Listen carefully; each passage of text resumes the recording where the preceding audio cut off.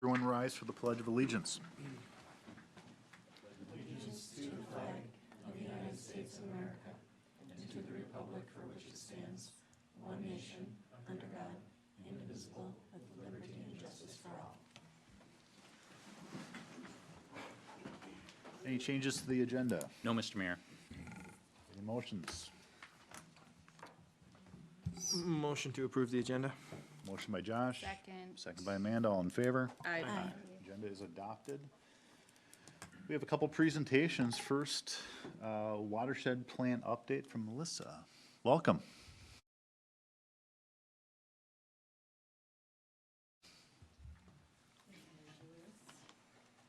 Mr. Terry and council members, thank you for having me tonight. My name is Melissa Bachman-Armour. I am the Senior Water Resources Planner for Scott County Natural Resources and the Scott. Okay, thank you. Sorry, do you need me to start over? Okay. And the Scott Watershed Management Organization. Wow, that's a lot. I just wanted to get in front of you tonight. We're trying to get in front of every city and every township to let you know that we're starting the update of our 10-year watershed plan. And thank you, Renee. I sent Renee this map. Oh, it just disappeared.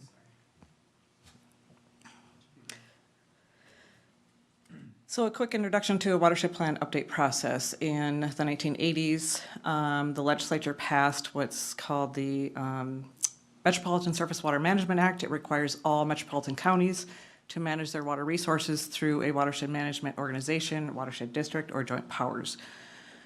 There are 4 watershed jurisdictions in Scott County. The beige area on that map is the Scott Watershed Management Organization. We cover 283 square miles of the county. The other 3 are the northern part is the Lower Minnesota River Watershed District. The middle area is the Prior Lake Spring Lake Watershed District, and then the southeastern corner, which covers most of the city, is the Vermilion River Watershed Joint Powers Organization. So the Scott WMO is the largest of the organizations. This plan update takes about 2 years. There's 3 phases. Our first phase is the public input process, and that's why I'm here tonight. I created some flyers. We're asking all cities and That townships. Echo driving you nuts. Kind of. All right, do we have a solution for that, or is that what you're working on, Tom? Unless I move it away a little bit. We created a flyer. We have a webpage. If people want to scan this, they'll take it to our webpage, and we have all different kinds of opportunities for our residents to participate. Online meetings, a survey, a mapping tool. We will have in-person meetings, and we're also going to get in front of the communities late July throughout August with tabling events with our survey there as well. We also are required to have a kickoff meeting presided over by our county board. That is July 22nd. I did send the city and all the rest of our stakeholders that public announcement. That's being presided over by a county board and our Watershed Planning Commission, so that kicks it off on the 22nd.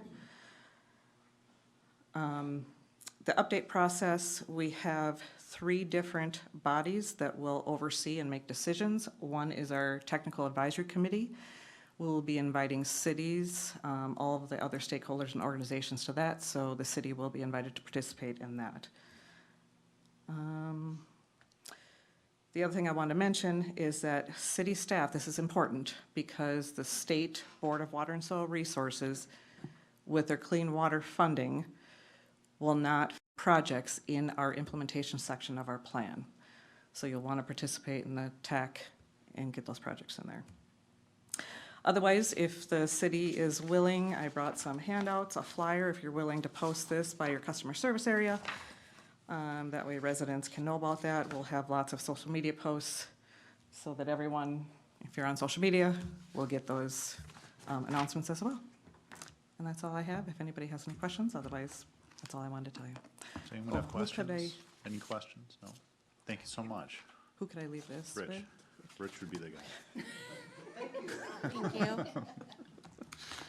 Thank you so much. Thank you. Next item, the audit.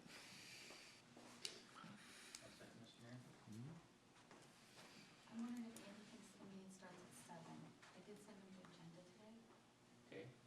But I don't see him here yet. I don't see him would ask the council to move on, and when Mr. Grice shows up to Okay. do the presentation at Uh, that time. Public comment, is anyone in the audience here to speak under public comment tonight? Once, twice, all right, we'll move on. Consent agenda, anyone have any items on consent they would like pulled, or maybe a quick question on?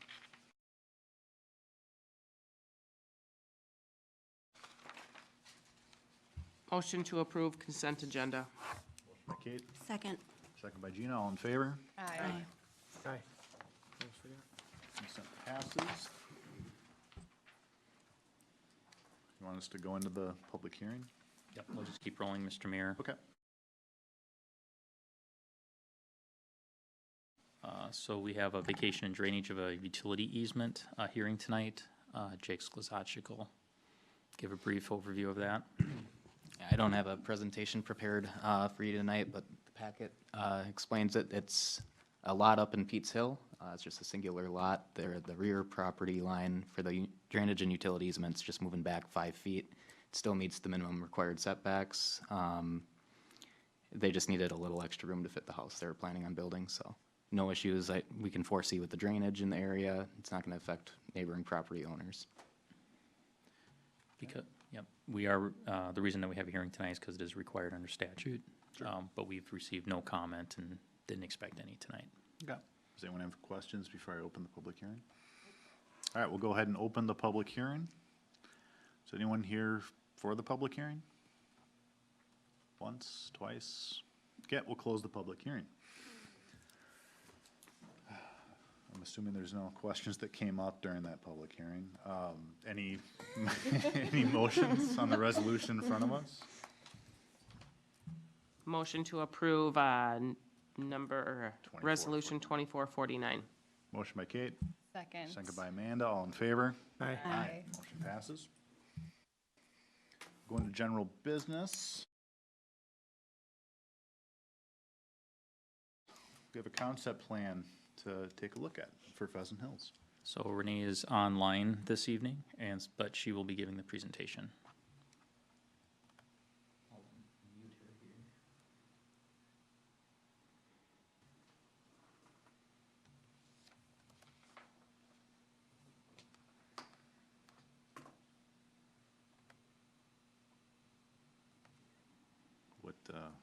What's going on?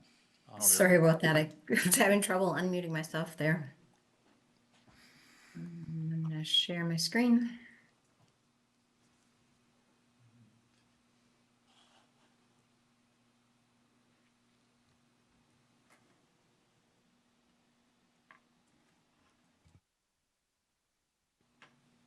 Okay, tonight, the city received an application for a concept plan review for a proposed development located in the south west portion of the city. The property was formerly known as or referred to as the Pheasant Hills Development.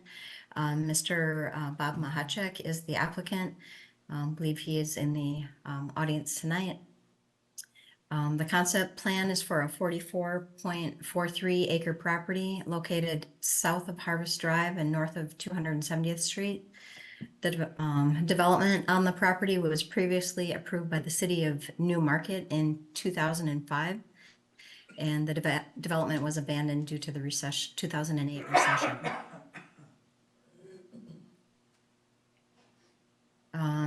This is the city's comprehensive plan map that shows the location of the property in the southwest area of the city.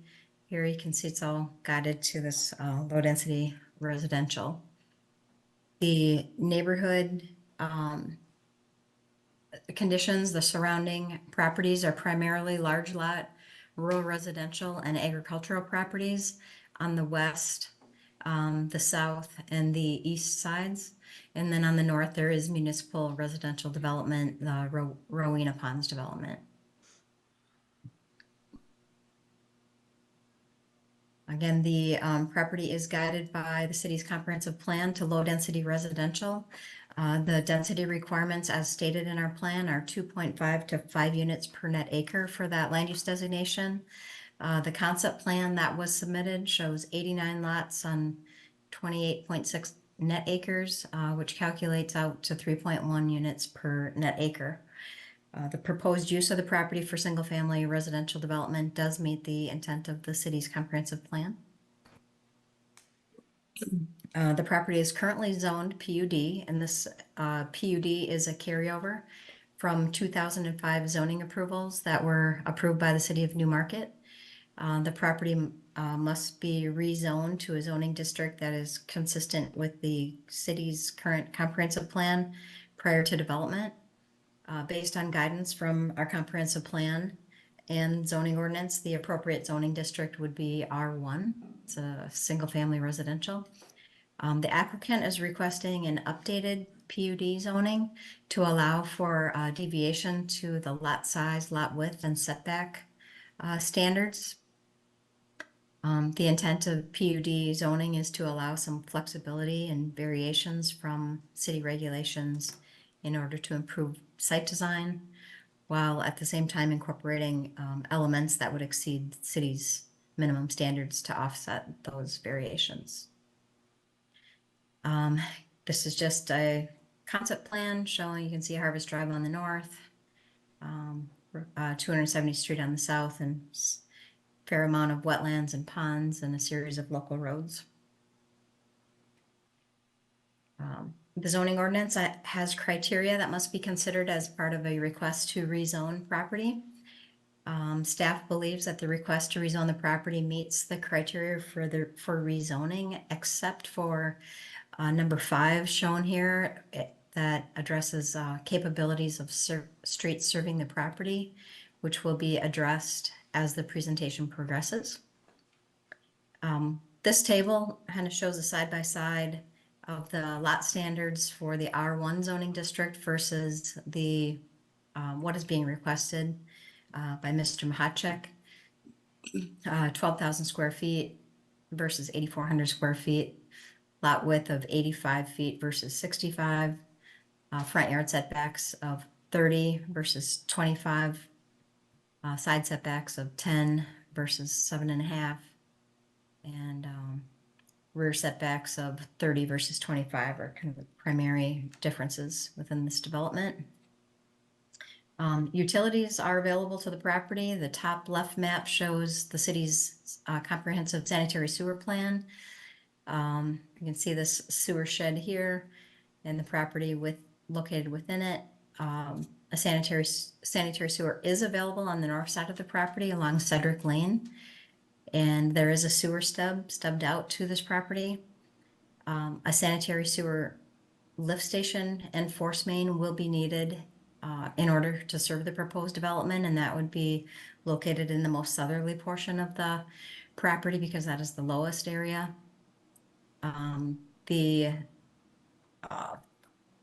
map on the bottom left shows the city's comprehensive water plan. It depicts a 12-inch trunk water main on the north in Harvest Drive and one in the future in the south along 270th Street. Water is available on the north side via a 12-inch trunk water main that already exists, and there is a stub there at Cedric Lane and Harvest Drive. And then stormwater from the entire property basically flows to the south to a wetland complex on the south side of 270th Street. Conceptual ponding areas have been shown on the concept plan. A wetland delineation will be needed to further identify those wetlands within the subject property prior to development. And we do know that there are no FEMA designated floodplains or DNR protected waters or wetlands on the property. Moving into transportation. The proposed development, again, borders on Harvest Drive on the north and 270th on the south. And the city's transportation plan identifies Harvest Drive as a local street, 270th Street on the south as a future major collector street, and Cedric Lane, which would be the main north-south road running through the property, as a future minor collector street. And then a little more detail on each of these roads. Harvest Drive, the local streets, this is the segment that staff has concerns with. the condition of the pavement on Harvest Drive.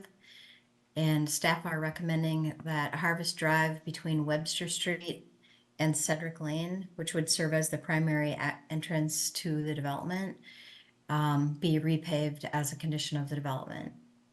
And because this section of Harvest Drive is a township road and entirely under the jurisdiction of the township, any improvement would require coordination and approval with Newmarket Township, likely through a joint powers agreement with the city. 270th Street East on the south. Again, this is the future major collector street. The city would typically require Cedric Lane, the street within the development, connect to 270th Street, and that 270th Street be improved as to a major collector street standard. However, in this case, staff does support that Cedric Lane would have a temporary cul-de-sac and not connect to 270th. The street is entirely outside the city limits, and it is a gravel street. And our past relations with the township, they prefer no connections to their streets. And then Cedric Lane is the minor collector that is proposed to run north-south through the development. The city's transportation plan does show this as a continuous street. Staff notes that the concept plan submitted is showing a 90-degree jog in that street, so we're recommending that this be realigned to show a continuous street as depicted in our transportation plan.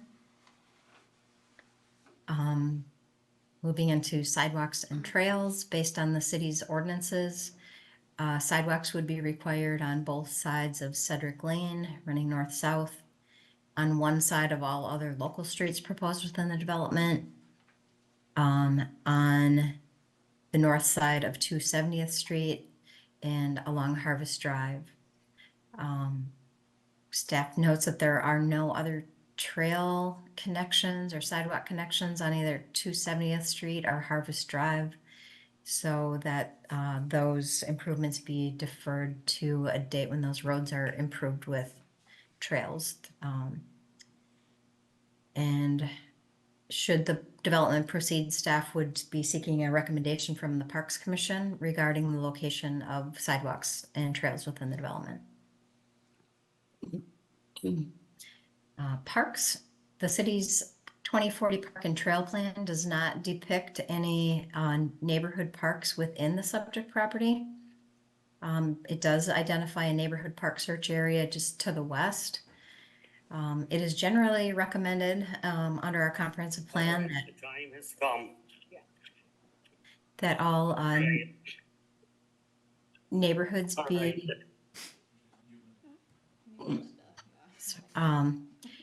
that a neighborhood park be located within a half a mile of all developments is kind of a high-level recommendation. The closest parks to the proposed development here are Wagner Park and Rowena Pond Park, and then there's an undeveloped park in the farm.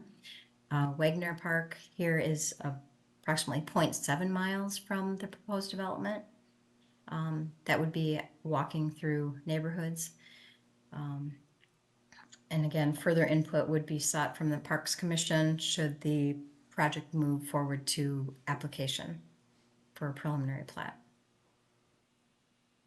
A few miscellaneous items to point out is the developer has provided kind of a ghost plat or concept showing how the adjacent property to the west could be developed with the street layouts that are being proposed by the applicant.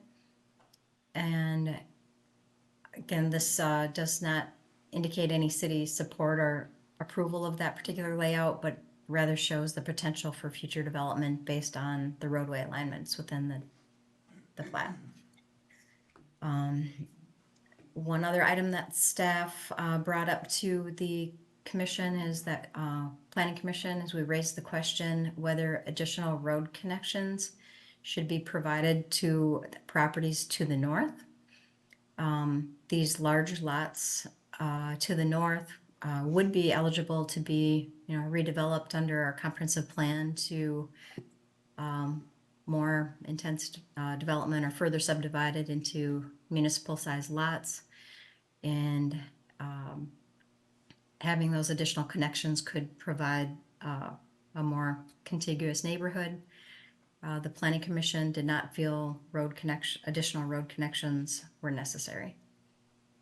And then finally, staff did note that the property is very rolling. There's approximately 100 feet of elevation changes throughout the property.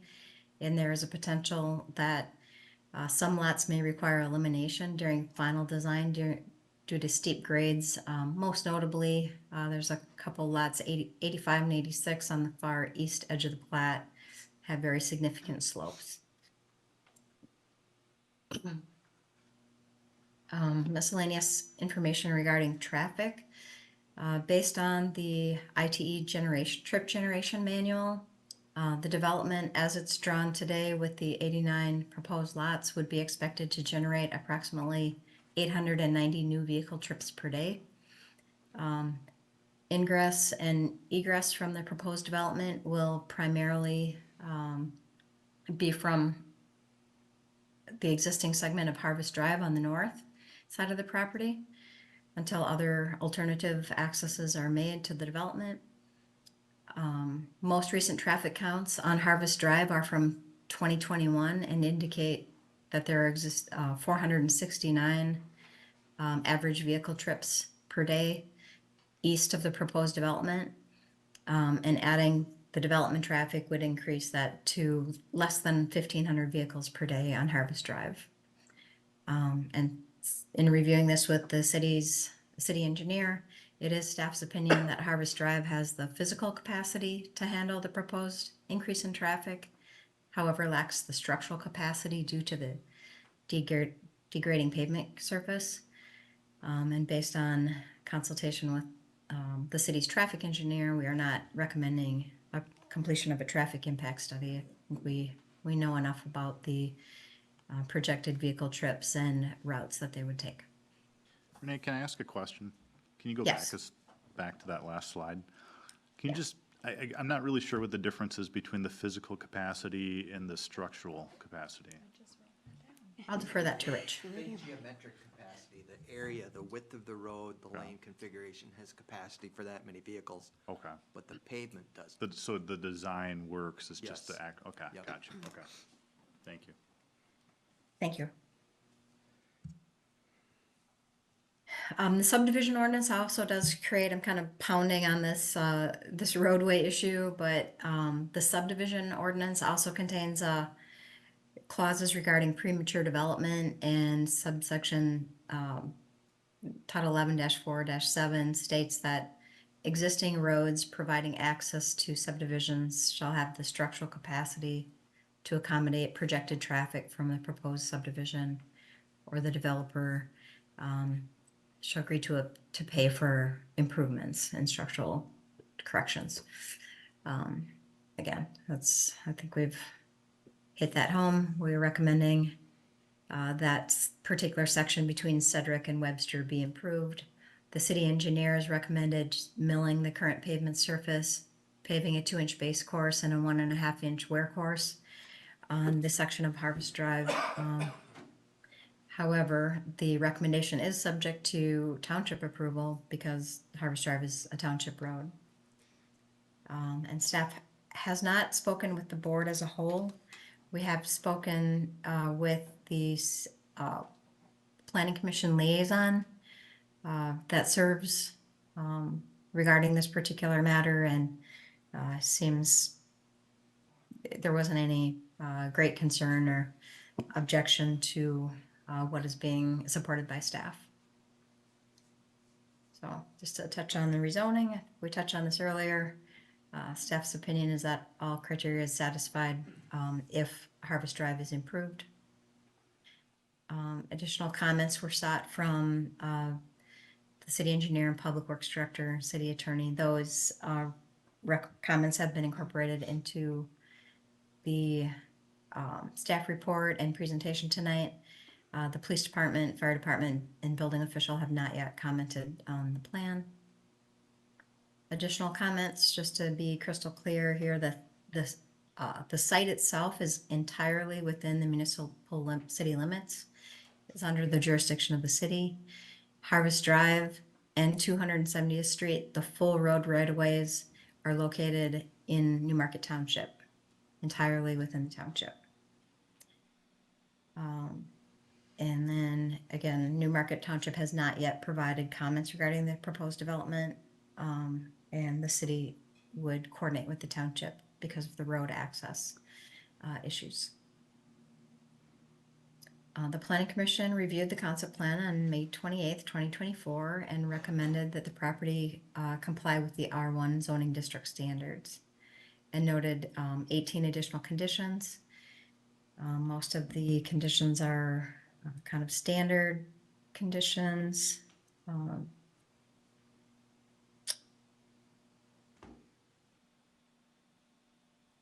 All the conditions have either been reviewed here as part of my presentation, or just purely standard conditions. Couple additional notes. Staff is in consultation with the city engineer and the other management team. The 12-inch trunk water line along 270th Street, as shown in the city's comprehensive water plan, we recommend that be constructed in the future and not part of the proposed development. And that the segments of sidewalk along 270th and Harvest Drive also be constructed in the future. And the cul-de-sac proposed at the southerly end of Cedric Lane would be considered temporary, will ultimately connect to 270th Street. And again, do not recommend a traffic impact study be completed. The City Council is being asked to provide feedback regarding the concept plan and make a recommendation for the record.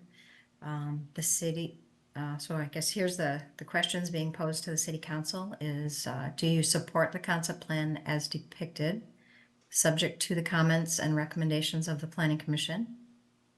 And does the City Council support the Planning Commission recommendation regarding lot sizes and standards meeting the requirements of the R1 district? R1 zoning district, or do you support a smaller lot size? Also, just want to point out that Mr. Mahacek may be in the audience, may have something to add, and the city administrator did receive an email that was forwarded to the City Council that just stated kind of neighborhood support for that lot size, the R1 zoning district.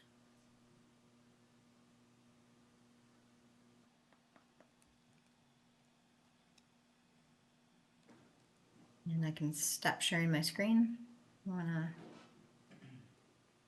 discuss, or you want me to keep sharing it? No, well, maybe leave that slide up. Thank you, Renee. Does anyone have any questions for Renee? Maybe just Josh? a follow up to the density stuff, and I can't remember where I saw it, if it was in the packet or in an email or somewhere. Can you speak to the Met Council density requirement piece to this that may be in play for whether this would meet the requirements of whatever they require of the city for density requirements in the residential Well, stuff? We believe it would today based on this layout. So our comprehensive plan states that anything within the area guided to low density has to meet a 2.5 to 5 units per net acre density.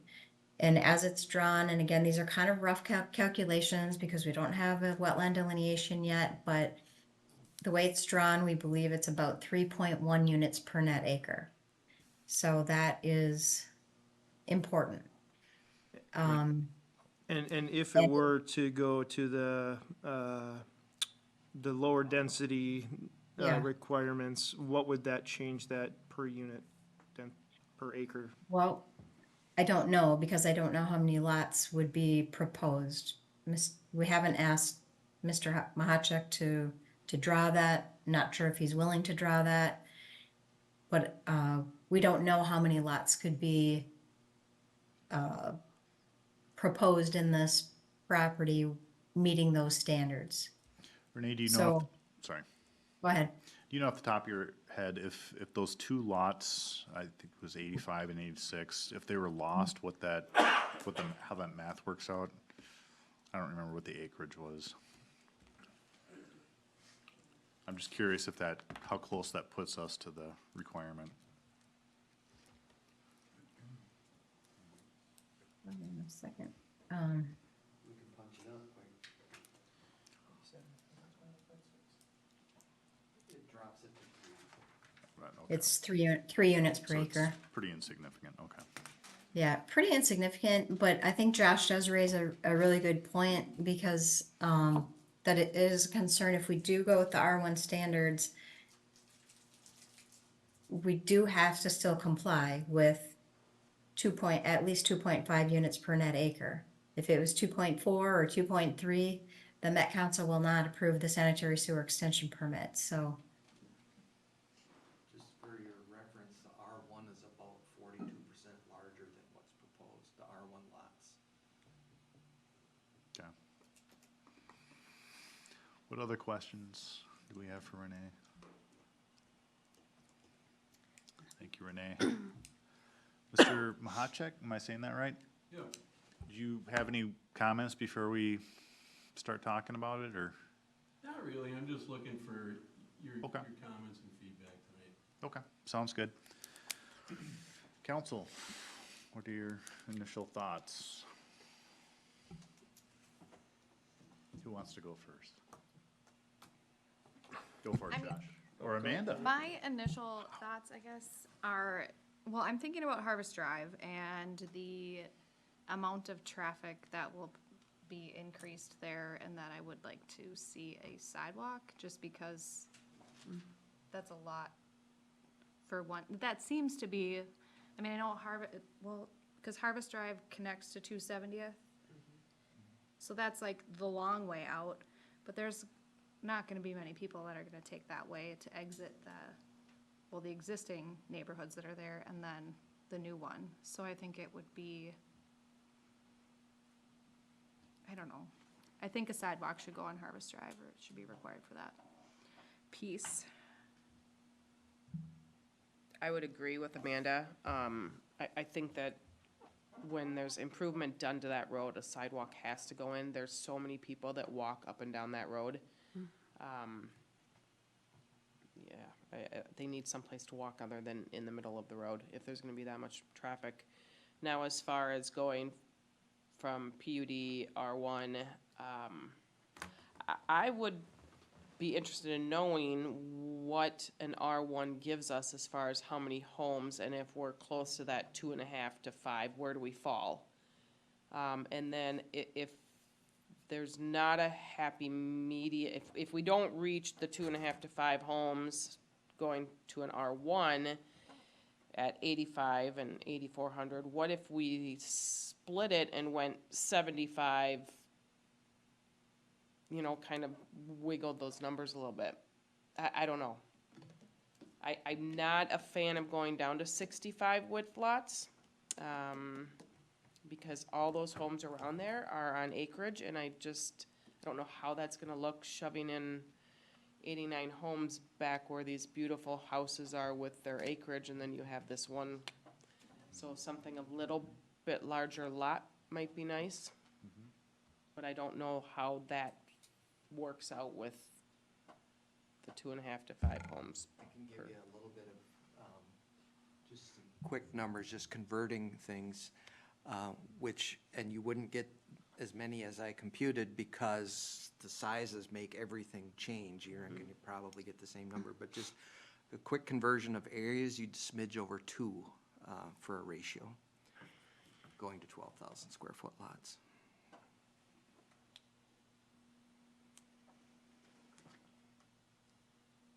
Anyone want to go next? I mean, I agree about the sidewalk and staff's recommendations. I don't have anything else. You agree with the recommendation to keep the lot sizes at standard R1? Yeah, I mean, I'm not strong either way on which direction, but, yeah. Josh, any? Well, I mean, I for sure agree with Harvest Drive and the improvements there. I mean, I am totally open to negotiating or being flexible with lot sizes, though. I mean, I think, in order to make some of this area work, we're gonna have to get creative, just with the way that the land is there.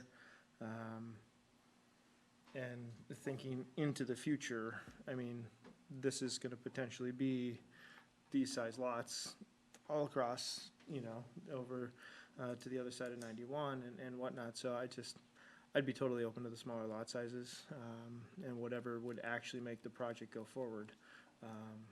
So if we could go a little bit bigger than the 65, sweet, but, I mean, I'm not stuck, I don't think we have to stick to the larger lots, the R1, the 12,000, everything. I think we have to get out of our own way sometimes and allow development to happen. So I would totally be for that.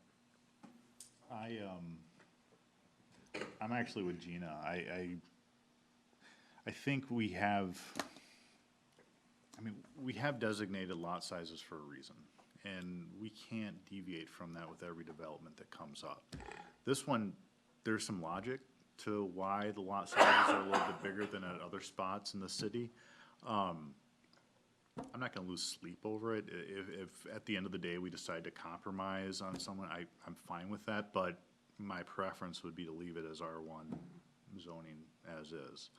As far as sidewalk, I'm good with what everyone else has to say on that. So, I mean, Gina, let me ask you, how open are you to compromise on the lot sizes? I'm open to it. I mean, Okay. I like staff's recommendations, but, I mean, I'm definitely open to it. Okay. So I think regarding the lot sizes, or Amanda, did you weigh in on the lot sizes? Not necessarily. I guess I would be curious, like, what is the process? Does like this conversation go back to the planning commission to be like, hey, find the middle? I think Or I are think we it's just our gonna say? football at this point. I mean, planning commission gave their recommendation. As I understand it, one commissioner was trying to farm a negotiation on lot sizes a little bit, but at the end of the day, they voted how they voted, so I think it's in our lap to decide what we wanna do. I'm kinda picking up a feel that we're open to seeing what we can do when not being too rigid about the lot sizes. Does that sound fair, everyone? Amanda? Yeah, I mean, I'm leaning stronger towards leave it as R1. Okay. I think we have other developments that are potentially, that they're possibly on their way that would meet the, I guess, other lot sizes. And where this one is and the surrounding area, I just think makes sense to have it be R1. So would it be a fair summary to say, in general, we're kind of leaning towards wanting the larger lot sizes, but we're open to different ideas, or is that not fair? No, I mean, I think that's very fair from my perspective. I think the only thing to consider is back to the really disjointed question or comment I made earlier. If it checks the box and it's within the 2.5 to 5, I mean, I think we have no reason to deny a request for something like this, and thinking about what we would do across the city as well. So, it's PUD, so we don't know what, improvements or things like that would offset the compromises in the smaller lots, so maybe that would persuade things, but if, PUD would go away.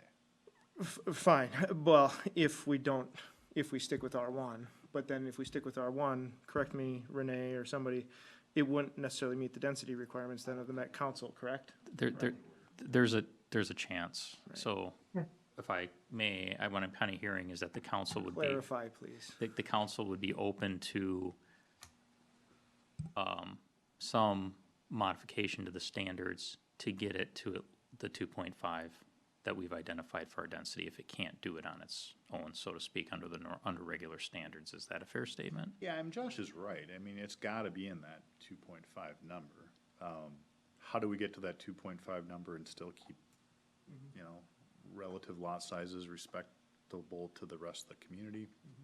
That's the challenge. So what I would be hearing is maybe some direction or feedback to Mr. Mahachik that if he wanted to continue to pursue this, is to take a look at what would it take to get to 2.5, and what would that mean from a design standpoint? Is that fair? I think so.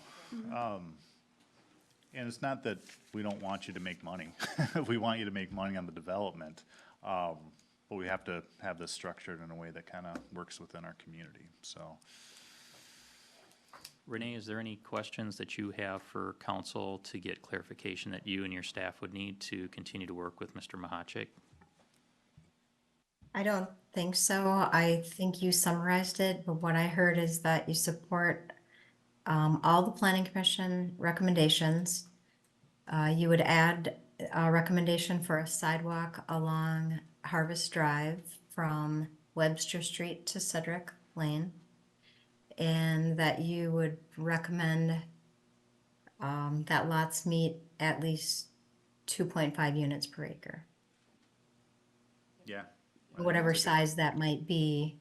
That's a good synopsis. Yep. So, You feel you have what you need? I feel I have what I need. If Mr. Mahachik feels that he has what he needs. Sir? I think so. Okay, okay. Any questions or anything for us before we keep moving? I don't think so. All right, well, I appreciate it. Thank you. Thanks, Renee. Thank you. Next item, hours of operation. Construction. Before that, Mr. Mayor, I think we have an update on the audit presentation. Oh, yeah?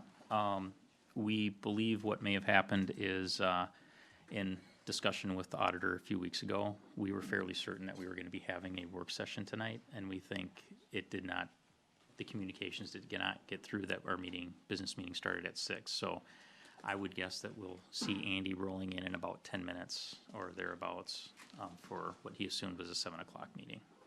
All right, well, let's tackle the rest of the agenda in the next 10 minutes. Or not. Hours of operation and construction and grading activity.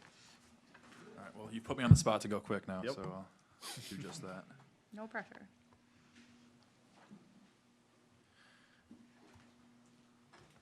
All right, so staff was tasked with amending 2 sections of code related to grading and construction hours of operation. Staff had been referencing Title 552 for all hours of operation related information. And after concerns were brought up by the community, it was noticed that there were other time constraints within Title 111111, grading operations. So staff was tasked with amending these 2 operations, or these 2 sections of city code to provide all of the relevant hours of operation within one section, Title 552. So it's been discussed by both the city council now and the planning commission, and they provided their input on the matter, and the result is as follows. The planning commission recommended that Title 1111.8 be amended to remove the hours and put them into city code section 552. Staff changed the grading operations to heavy equipment, so it's more all-encompassing. And staff also added a caveat as recommended to include some discretionary ability for the city administrator in case of unique situations. So the section changes result as followed. I'll just read the whole thing. So, C, construction activities. No person shall engage in or permit construction activities involving the use of any kind of electric, diesel, or gas-powered machine or other power equipment except between the hours of 7 a.m. and 7 p.m. on any weekday or between the hours of 9 a.m. and 7 p.m. on any weekend or holiday. Operation of heavy equipment, was grading, now heavy equipment, shall be performed between the hours of 7 a.m. and 7 p.m. Monday through Saturday. Such activity is also prohibited on a few holidays. And the city administrator may, upon good cause being shown, vary these days and hours in writing. And heavy equipment definition would include compactors and rollers, cranes, dozers, dump trucks, etc., and other pieces of equipment that generate similar levels of noise. So, council is being asked to adopt ordinance 298 regarding construction hours of operation, which have clarified all of the points that were recommended to us. Thank you. Yeah. any thoughts? I have a question or a comment related to the city administrator piece, and the flexibility. I mean, obviously, I think I pointed that out or thought that was a good idea to do. But I wonder, should there be some, asterisks or some for a limited time or for, so it's not just a complete waiver of this. And I don't see that in there, and maybe that's kind of implied in there, but is there something that would cause it to be brought back to the council if it was gonna be if we get a request and it's determined by the administrator at the time, to just waive it all together? Is there some boundaries or anything, I guess is what I'm asking? Was the intent. So if somebody at the beginning of the season is asking for a waiver for the entire season, have to have a really damn good reason for it or extenuating circumstances. This is mostly gonna be for a situation where the project needs to get closed up by October 1st. And, well, because, because the weather's changing and it's been really rainy and they've got 3 weeks to do 4 months worth of work type of thing. They have particular aspects of the project where they're gonna have to, because of the nature of the work, might have to go beyond hours, because it's something that once you open it up, you can't leave it open, it's gotta get finished within the same day, items like that, so it'll be very dependent upon the circumstances. If the council wants to place further restrictions on it, they can, thank you, Jake. If they wanna place further restrictions on it, they can. It was subtle. It was. But it's not something that would be handed out, like Steph hands out, suckers at the front counter, so. I think we have to, it's pure discretion, and we kind of have to trust your judgment if we're gonna approve it. Yeah, I mean, to be blunt, in practice, if it's something that might be a little controversial, I'll probably seek some sort of feedback, formal, informal, from council before it's done. Okay, so hearing that and just having it on the record, yes, that would be very much appreciated.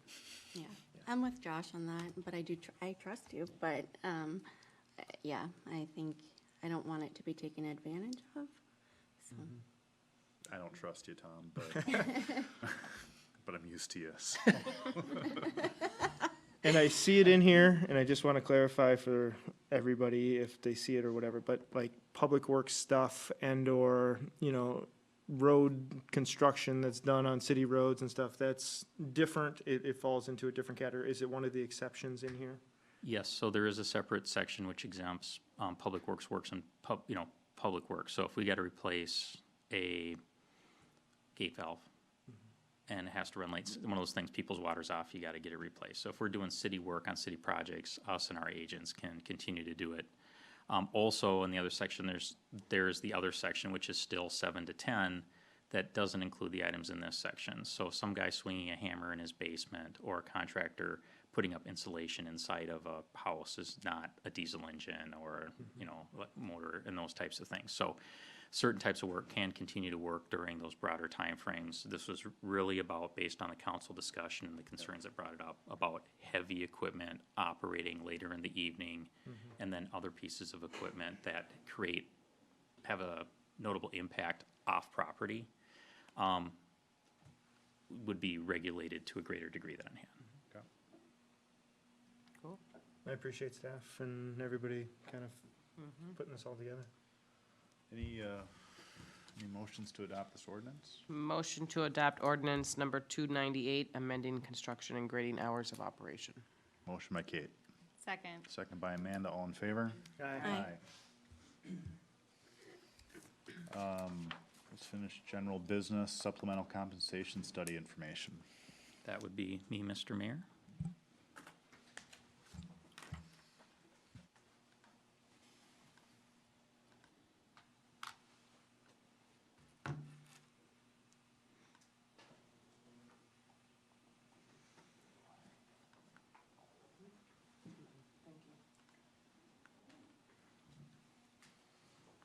So tonight, we are presenting supplemental compensation study information and seeking direction from the council related to the information that we had presented.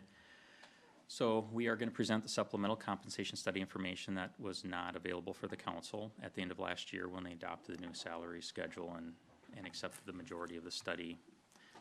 We are gonna seek that feedback and direction.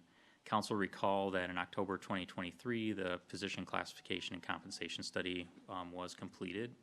However, the council accepted the study, and then in December, the council approved the 2024 salary recommendations. However, there was additional information that we'd requested in the study that wasn't complete at that time.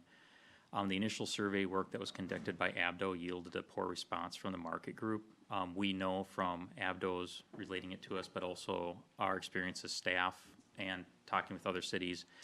At that point last year, cities were in a point of just complete apathy related to salary surveys because everybody was doing work on this and they had received lots of them. And so we found it was necessary for staff to supplement that because we knew it was incomplete after a reasonable try by ABDO.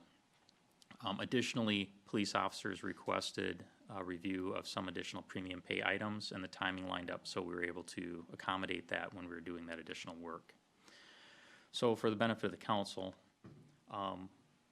we looked at a number of items which included years to max step, holiday pay, how overtime was calculated, callback, shift differential, longevity pay, court time, and shift extension.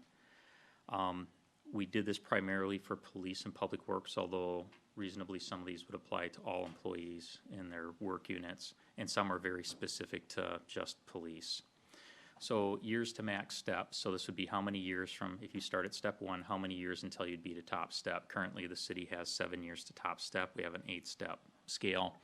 What we found when we look at our market group for the police department is that the to top is an average of 5.8 years.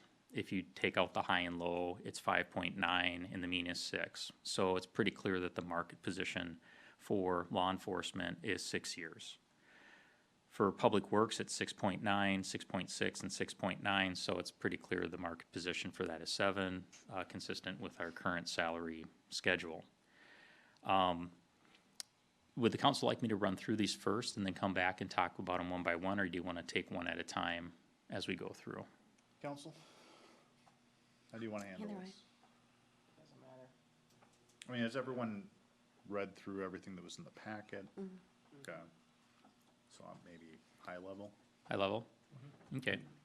So, so on the years to max step, I guess I was looking for direction from council. Do we want to handle direction for each item, or do you want to handle it as a package after we get to the end? I would go ahead. I was gonna say the opposite of what you're gonna say, so go. I'm open for whatever. I was just gonna throw something out I there wanna and see. do everything in one. Okay. So just high level, then moving on to holiday pay. What we found is that there was a very strong position for police department to get holiday pay at 1.5 times base pay for all holidays. Currently, the city has 7 premium holidays. That'd be like, Christmas Eve, Christmas Day, New Year's Day, where you get double pay, and what you would call like the government holidays, the non-premium holidays, are just straight time. You just get to bank your time. What we found with public works is it was a lot more diverse. About half of them do the 1.5 times pay, but the other half does it differently in roughly quarters. So there is what we would consider to be a weak market position to go with the 1.5 times base pay. The one thing to note on this one is that there's probably a difference with regards to maybe emphasis. Police officers work all holidays, right? So for them, it balances out and it makes sense for them to get holiday pay for all holidays at 1.5 times, and that's the market position.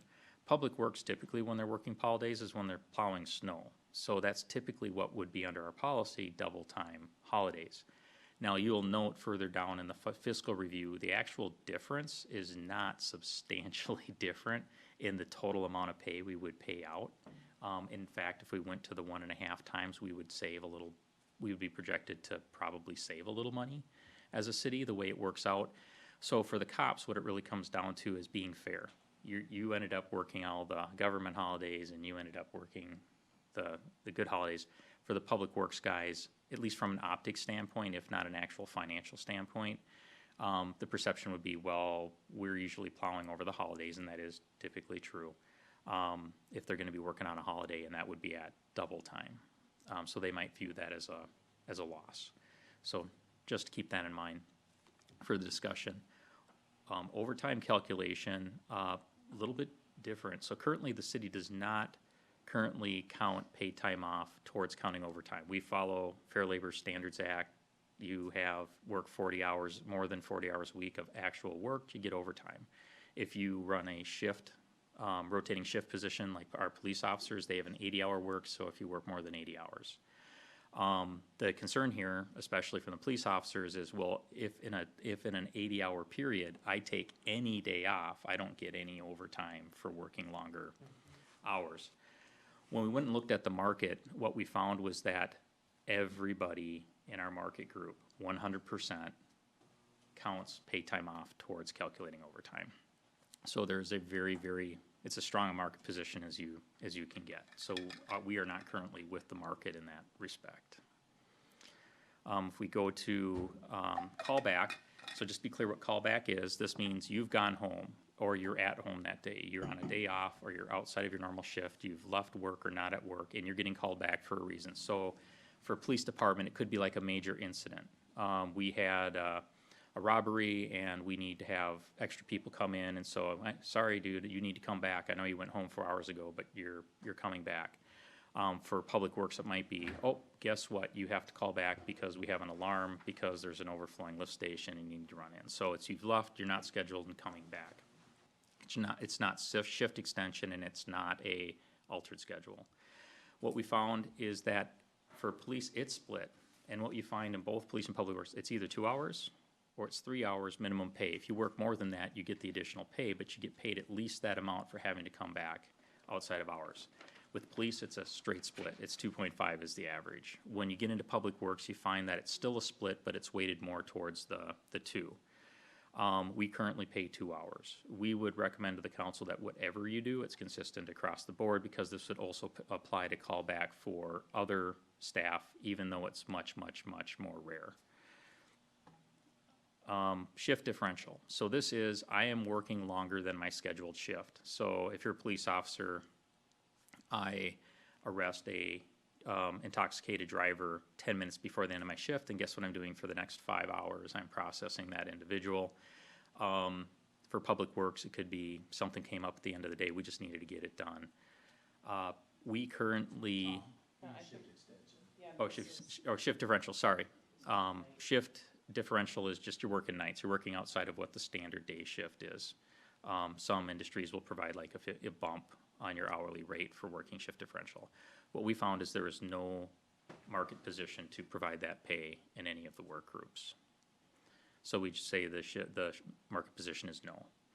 For longevity pay is paying somebody once they've reached the top of the pay scale for years of service. And that is, in the traditional sense, to recognize the value that that individual provides to the city because of that experience and the institutional knowledge that they carry. They can do it better and they can do it more efficiently, albeit not growing at the same rate that you would have when earlier in their career, but there is some incremental benefit to that. What we found is in law enforcement, that is very much the market position. Although how it's provided, the value of how it's provided is all over the board. There's no standard whatsoever. The biggest difference is probably how aggressively they apply it once the person has reached the top of the pay scale. In public works, it's not a strong market position. Only about a quarter of the market group actually provides it. So we would say there's no market position for that. Currently, we do provide it only for the PD. Last time we went out and looked at this in our former market group, we found out that it was only provided for PD. It was overwhelmingly provided for police officers. And at that time, we had worked with the police officers to come up with a structure that provided in year 11, so that would be 3 years after top step, an additional 3% in pay, and then 3 years after that, an additional 2%, and then another 3 years after that, an additional 2%. Any questions on that? Okay, court time. So this only applies to police officers. This is when you have to go to court on your day off. If you're already assigned for your shift, you're already getting paid, you're going up there in uniform anyways. This would be, we have to prosecute the bad guys, and court's on Tuesday and it's your day off. Guess what? You got to go to court. So we're going to pay you at least 3 hours of time and a half. And if you're there longer, great. Because a lot of times, quite honestly, officers will get there, they'll drive all the way in, they'll be ready to go, and then they'll settle it like right before, even though the officer took the whole day off, took their whole day off to do that. That is normal in all police departments to get that. The standard in our market is 3 hours. We're currently at 2. Any questions on that? And then shift extension, the definition I had provided earlier, this would be when you work beyond your regular hours. There is no market for shift extension, and that's logical because of the entire market provides all paid time off, counting towards overtime. It naturally means that if you're working over your normal shift, you're automatically going to be getting shift extension pay by default. So logically, nobody else provides it. We do currently provide it because we don't count paid time off towards overtime, and we do it at 1.5 times for the PD after 1 hour. So everybody works a little late, but most often, and when Kelly found this when she was going through the information, when the police officers stay late, they stay late because it's similar to the scenario I previously described. So any questions on any of this? So we would be looking for direction from council if you wanted to pursue any changes to our current policy or the labor contract with the 49ers based on any of this market information. Is there a list of staff recommendations on these? I will give you my generic recommendation that I always give you on this stuff, is that there's 2 things, is the Trident test and the market test.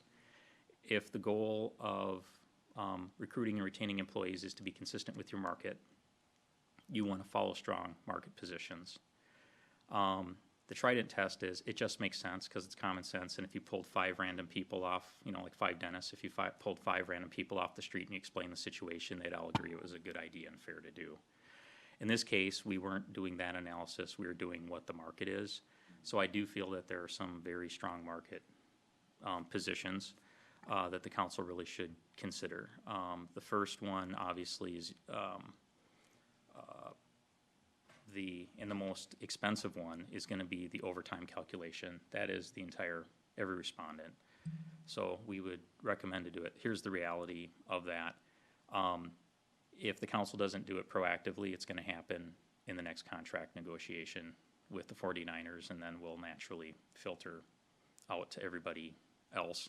The police department, when we talk to the officers, of everything that applies to them, this is the one they felt was probably the most important to them. Keep going. And I'll just go maybe just staff's opinion where we have one. On the years to max step, there's obviously some benefit and a level of fairness, so to speak, amongst employees with regards to the number of steps to top step. However, you can have different rules for everybody else. We have court time for cops and not for everybody else. Right now, we currently provide shift extension for cops and not everybody else. We provide longevity for cops and not everybody else. But those are things that are very unique to that. I think the issue here is there enough of a difference from a recruitment and a retention standpoint and enough of a difference in compensation for going from to justify 6 years to step compared to the 7 for everybody else? There's a clear market position in that difference. And in speaking with Kelly, of all the things here, this is the one that's the most easy to accommodate within payroll because you can just set up that payroll scale for that class of employee. I think it's just we just believe it's what's appropriate from a council perspective. So I have a quick question about that. So the market average is 5.8 years to maximum, but how many steps is that? Like you state ours is at 8 steps. That would be a 7-step. They are a 7-step, and they go 5.8 years. We're an 8-step when we go 7 years. Correct, because you're starting at step 1. Okay, I'm just trying to Yep. figure out Yep. the differences. Okay. So the actual steps in the scale add 1 for the first step. What's the timing situation on this? I do know from talking with the officers that they feel this is important. Public Works just recognizes that they just signed a contract. They knew that this stuff was hanging out there. I think their hope would be that if there's things that the council feels fair within the market, they would make the change, but they recognize that their situation is a little more complicated. for two reasons. One, there's an existing contract, so you'd have to amend it, which isn't that It's not hard. super time sensitive. It's, okay, that's all I needed to know. Well- But, because the reason I asked that is because I have a really tough time looking at all this without like clear staff recommendations, and we can look at that and deviate from it if we want, or how we actually approach it. I have a tough time looking at this and just have as a council, the five of us are gonna pick each item and figure out the best route to go. I mean, if you want a recommendation from me on this, I can give you one right now, but I kinda do, but, I mean, what's the rest of the council think? I mean, I think the overtime calculation, the years to max step are no-brainers. I would be curious what the longevity pay for all employees would equate to for a fiscal impact. Because I think that's something for retaining staff in today's market is important. And when I worked for state government and on the step system, like, it just blows my mind that you hit a certain point and you're capped out. Me too. It just does. So I would be very open to figuring out what that one would look like. Private sectors like that too. But otherwise, all the other market ones, if we're not at market, we should be, if not better. Is that kind of our general consensus? Let's get to the market. I mean, I remember at one point we had this conversation and we kind of specified, I don't know if this was a year ago, but I don't know how specific we were, but we kind of pointed out where we wanted to be in the market. And I think, Maybe if I just slightly remember, it was better? like it was Yeah. slightly above the market. Yeah. And I would kind of be in the position that if staff wants to come back with boom, boom, boom, boom, these are our recommendations of the changes that we would make, kind of with that in mind, I'd be open to putting on consent agenda and just approving it. What do y'all think? Sounds good to me. Is that too big of an ask? no, but I would like to summarize for you what that would look like. Okay. And get some, at least positive body language. Yeah. So under the shift, going just through them, under years to max step, if the council's goal is to be consistent or slightly above market for recruitment and retention, based on the council, that broad council direction, we would say go to 6-year step for police and stay where we are with staff, because that's where it's at. With regards to holiday pay, I do think that there isn't a clear, that's not absolutely clear. I would just say whatever you do, do it for everybody. That becomes a payroll nightmare to have different holiday approaches for everybody. I don't know that we can give you a clear staff recommendation on that. You just need to decide if you want to go to 1.5 or stay where you're at. Okay, so let's talk about that one quick. I mean, it is kind of a broad, I don't know, opinions? I've kind of grouped it where I would opt for 1.5 time for all holidays, because that's the majority of where the market's at, and then I guess I'm kind of compensating for that in the overtime calculation and saying that paid time off be counted in overtime. Because it is ultimately a package for everybody. Yep, yep, So that's where the council's at. We'd go to 1.5 time. yep. Well stated. Okay. Yep. Now with that would just be a policy change, so like it or not, for all non-union employees, that's just the way it would be. Right. We would have to negotiate that with the 49ers, but given some of the other things the council's doing, to Amanda's point, but we'd have to have that discussion and bring that back to council. My goal would be if they're amenable to it, we'd bring it as a package. Overtime calculation, the recommendation, council, it's the market, like it or not, that's the market. So we would recommend if the council's goal to get market, we'd do that. Is that fair? Mhm. Okay.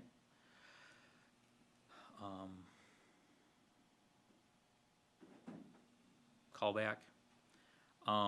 It is split.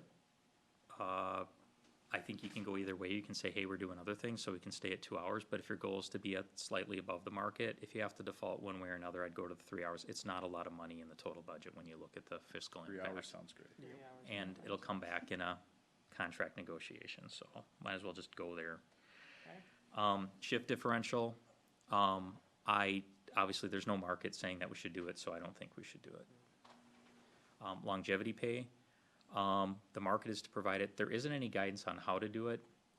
My personal opinion is the logic as to how it was structured originally is sound, and that there's no data to indicate that we should make any changes to it.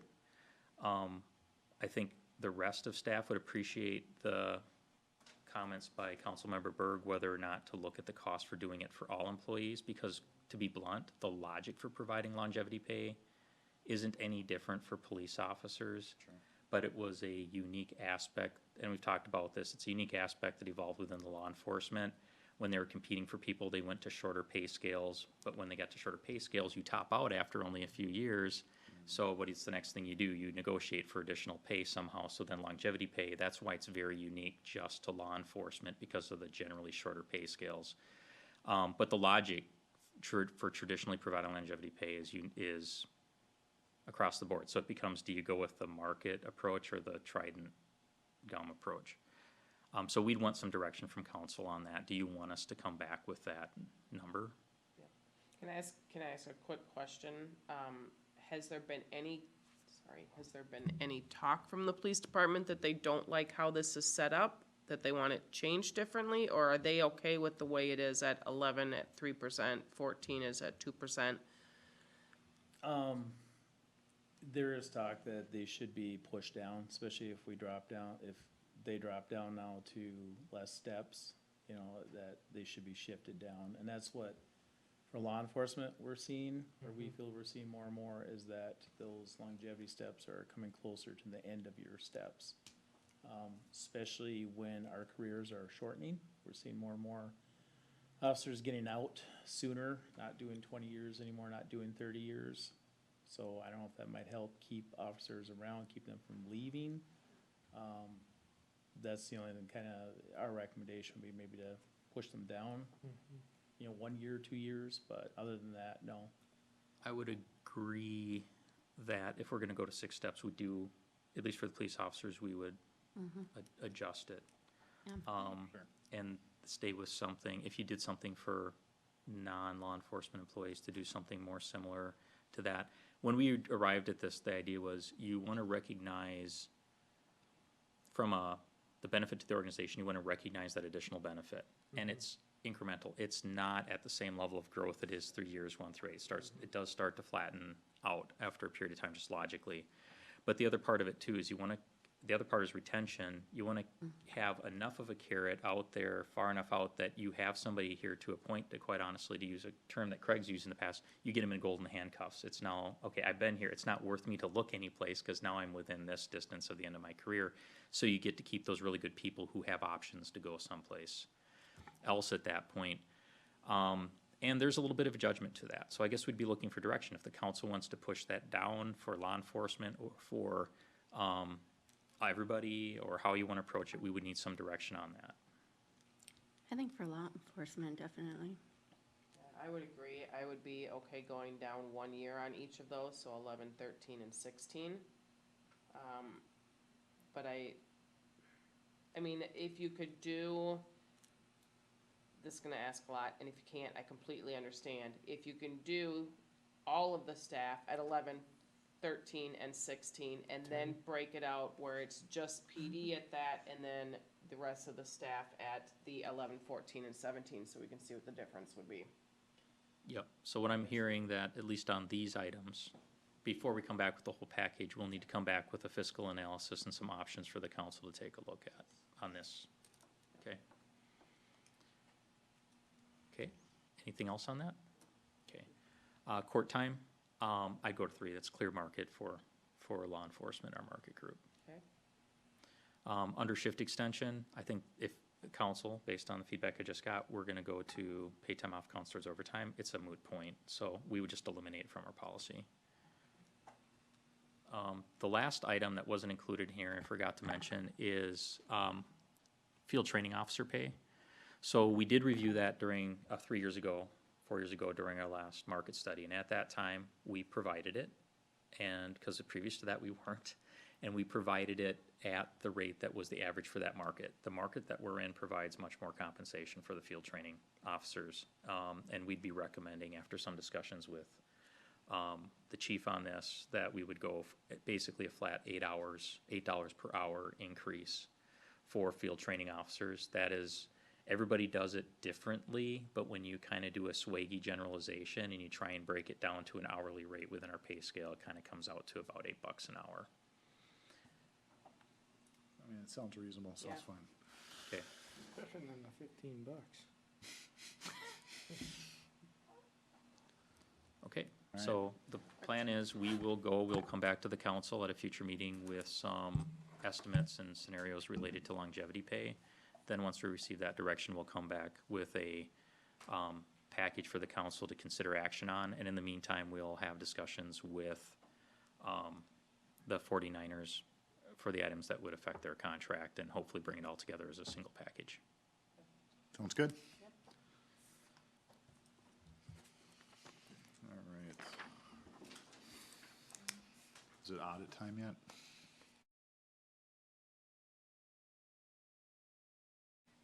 I emailed you his presentation, if you could pull it up. I could do that. Sorry, Andy, it appears that there was some miscommunication on this. No worries. Welcome. Thank you. Rich, are you taking off? I am. Did you have any engineering report? I did not. All right, thanks. That off.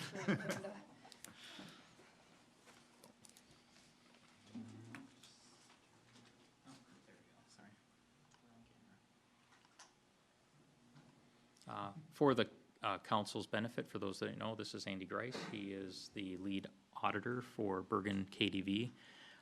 Andy has actually been our guy for a long time before he moved up the ladder and is now the top guy within the firm. So we have the benefit of having the top guy who's familiar with our books. So Andy tonight will do the usual. He'll give us an overview of the financial statements, audit, and the communication letter, answer any questions for council. The council already adopted the audit, by the way, so we're good to go there. Well, thank you for having me here tonight. Here to present the audit report for the year ended December 31st, 2023. And wanted to start just by highlighting our independent auditor's report included in the city's financial statement. This highlights what our role is as your auditor and also the role of management, and that it is management's responsibility to prepare the financial statements, and it's our role as your auditor to provide reasonable assurance that those financial statements are fairly stated in all material respects. And we do that through our audit opinion, and we did issue an unmodified opinion. That's the best opinion that we can give as your auditor. The next slide talks about the other reports that we provided. A couple of these are within the financial statements themselves. One is the report in accordance with government auditing standards. This report talks about our consideration of internal controls over financial reporting. So we take a look at the policies and procedures related to financial reporting, and if we come across any deficiencies in internal control that rise to either a significant deficiency or material weakness level, we are required to put those in writing. There were two findings this year that did rise to a material weakness level, and that's the lack of segregation of accounting duties, which I know the city is used to seeing just based on the size of the finance staff at the city. And the other, there were some material audit adjustments. So whenever we come in and propose any adjustments to the books that are material, we do have to acknowledge that in that report. The next report is our report on Minnesota legal compliance. That report talks about the legal compliance guides issued by the Office of the State Auditor, and our role there is to provide any written findings that come to our attention related to conflicts of interest, the city's deposits and investments, contracts and bidding, other miscellaneous provisions, and there were no findings to report for 2023. And the last piece is our communications letter. That includes our required communication and also some financial analysis. And typically we don't spend too much time on the required communication, but there were some audit standards that did change some of the communication in there, and it relates to significant risks as it relates to the city's financial statements. So we have 4 bullet points in the required communication that highlight the significant risks. And these are inherent risks, so I don't want that, reviewing that component of the report to be alarming. These are inherent risks that the city cannot control. These are risks for all other cities that we audit within the state of Minnesota and other states as well, in that there's always a risk of the misappropriation of assets because assets have a value. There's always a risk that management could override internal controls based on the nature of the management position. Audit standards say that you should consider revenue recognition as a risk in all engagements because of the impact that it has on financial health and the financial position of the city. And there's one new bullet point this year related to significant accounting estimates. These are estimates that have a high degree of uncertainty and have a significant magnitude as it relates to the numbers that are included in the financial statements, and that's related to pensions, in which we use a specialist. There's an actuary that provides those numbers, but again, because of the complexity and the level of uncertainty, there's always a risk that those numbers could be misstated. And the other risk is related to the capital asset valuation. So currently there is no formal capital asset system that the city uses. It's done via spreadsheets, which can provide some additional risk. So because of that manual part of the process related to capital assets, we see that as a risk as well. So just wanted to highlight that change here for this year. From there, we'll highlight some of the financial results, first by taking a look at the general fund budget. Revenue was budgeted at $2.8 million. Expenditures were budgeted at $2.6 million. There were transfers out to capital funds of $199,000, and it was anticipated that there would be a $10,000 increase in fund balance for the year, also used as a contingency. When we take a look at actual results, actual revenue was at just under $3 million. That was $116,000 more than anticipated. That was driven by licenses and permits, as well as investment income, that coming in better than anticipated related to current year market conditions and being conservative for that activity, as those can vary from year to year. Expenditures were at $2.9 million, about $228,000 more than anticipated. There was a significant land purchase that was not included in the budget that was adopted, and that there was a variance in that capital outlay category. And then public safety was over budget related to overtime. There was no variance related to the amounts budgeted for transfers out to other funds, and as a result, overall there was a decrease in fund balance of $102,000.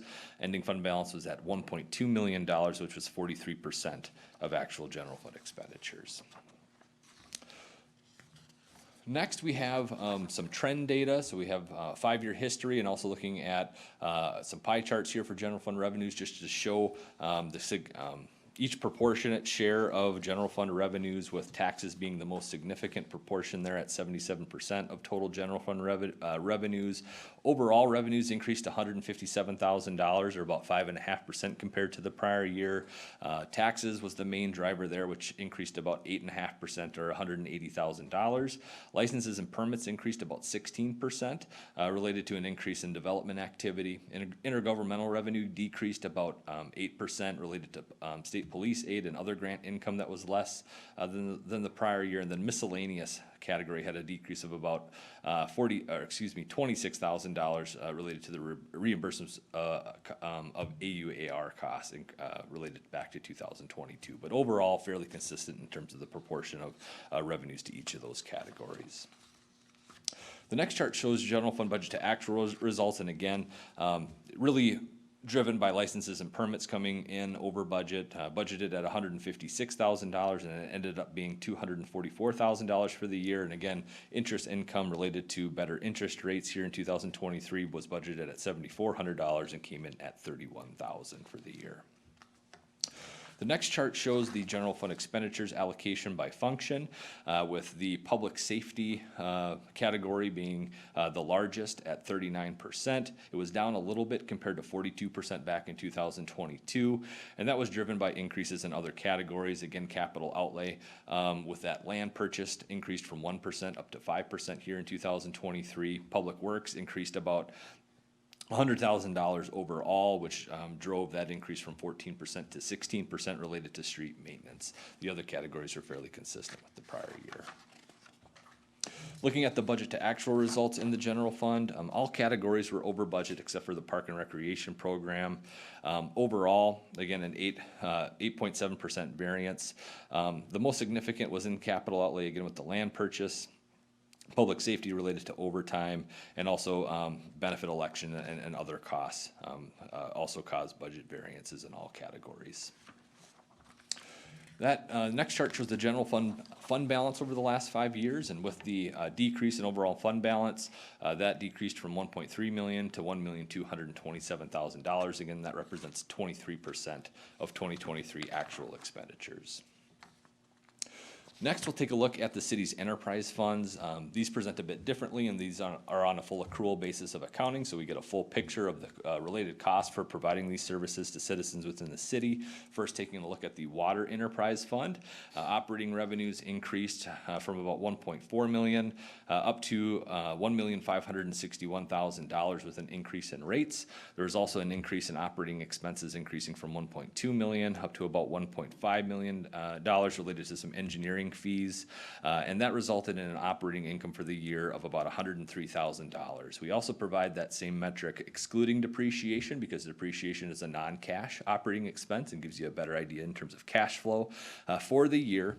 And one other thing to keep in mind this year is there were some internal loans that were established, and so when looking at the net position or the equity position, internal loans do not count as an offset to investments in capital assets. So typically in the net position category, again, that's the equity position of this fund, there's two categories: investment in capital assets, net or related debt, and then the amounts that are unrestricted, which would typically be the amounts that would be available for future use.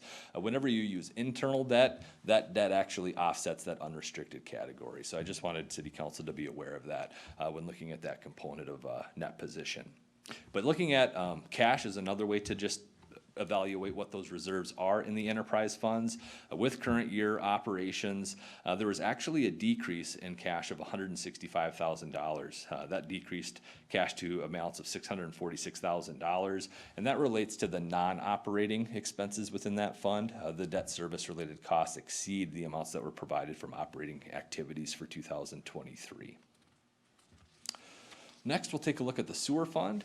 The sewer fund did experience an increase in operating revenues with an increase in rates, and as a result with the Met Council or the SAC fee charges, the operating expenses increased from 1.1 million up to $1.3 million. That resulted in an operating income of $189,000, $473,000 excluding depreciation, and with current year operating results, cash increased from $154,000 up to $255,000 for the year. So again, as it relates to all enterprise funds, just continuing to encourage City Council to continue that evaluation of reserves within these enterprise funds as it plans for future capital activities, aside from financing for those capital activities, ensuring there's sufficient resources there for those needs. The last one we'll take a look at is the Storm Sewer Fund. This fund was fairly consistent in operations overall, but did end with an operating loss of about $26,000. That decreased the other metric as well without depreciation, going from $104,000 surplus to about $72,000 for the year. That's the lowest in the 5 years presented. And overall cash decreased about $27,000 and ended the year at $415,000. That's a high-level look at the audit results and the financial analysis. And next, I'd just like to open up for any questions. Council? I wish we had more questions for you, but no, that was great. Thank you. Appreciate it. Thank you very much. We already adopted it, so. All right, on to reports.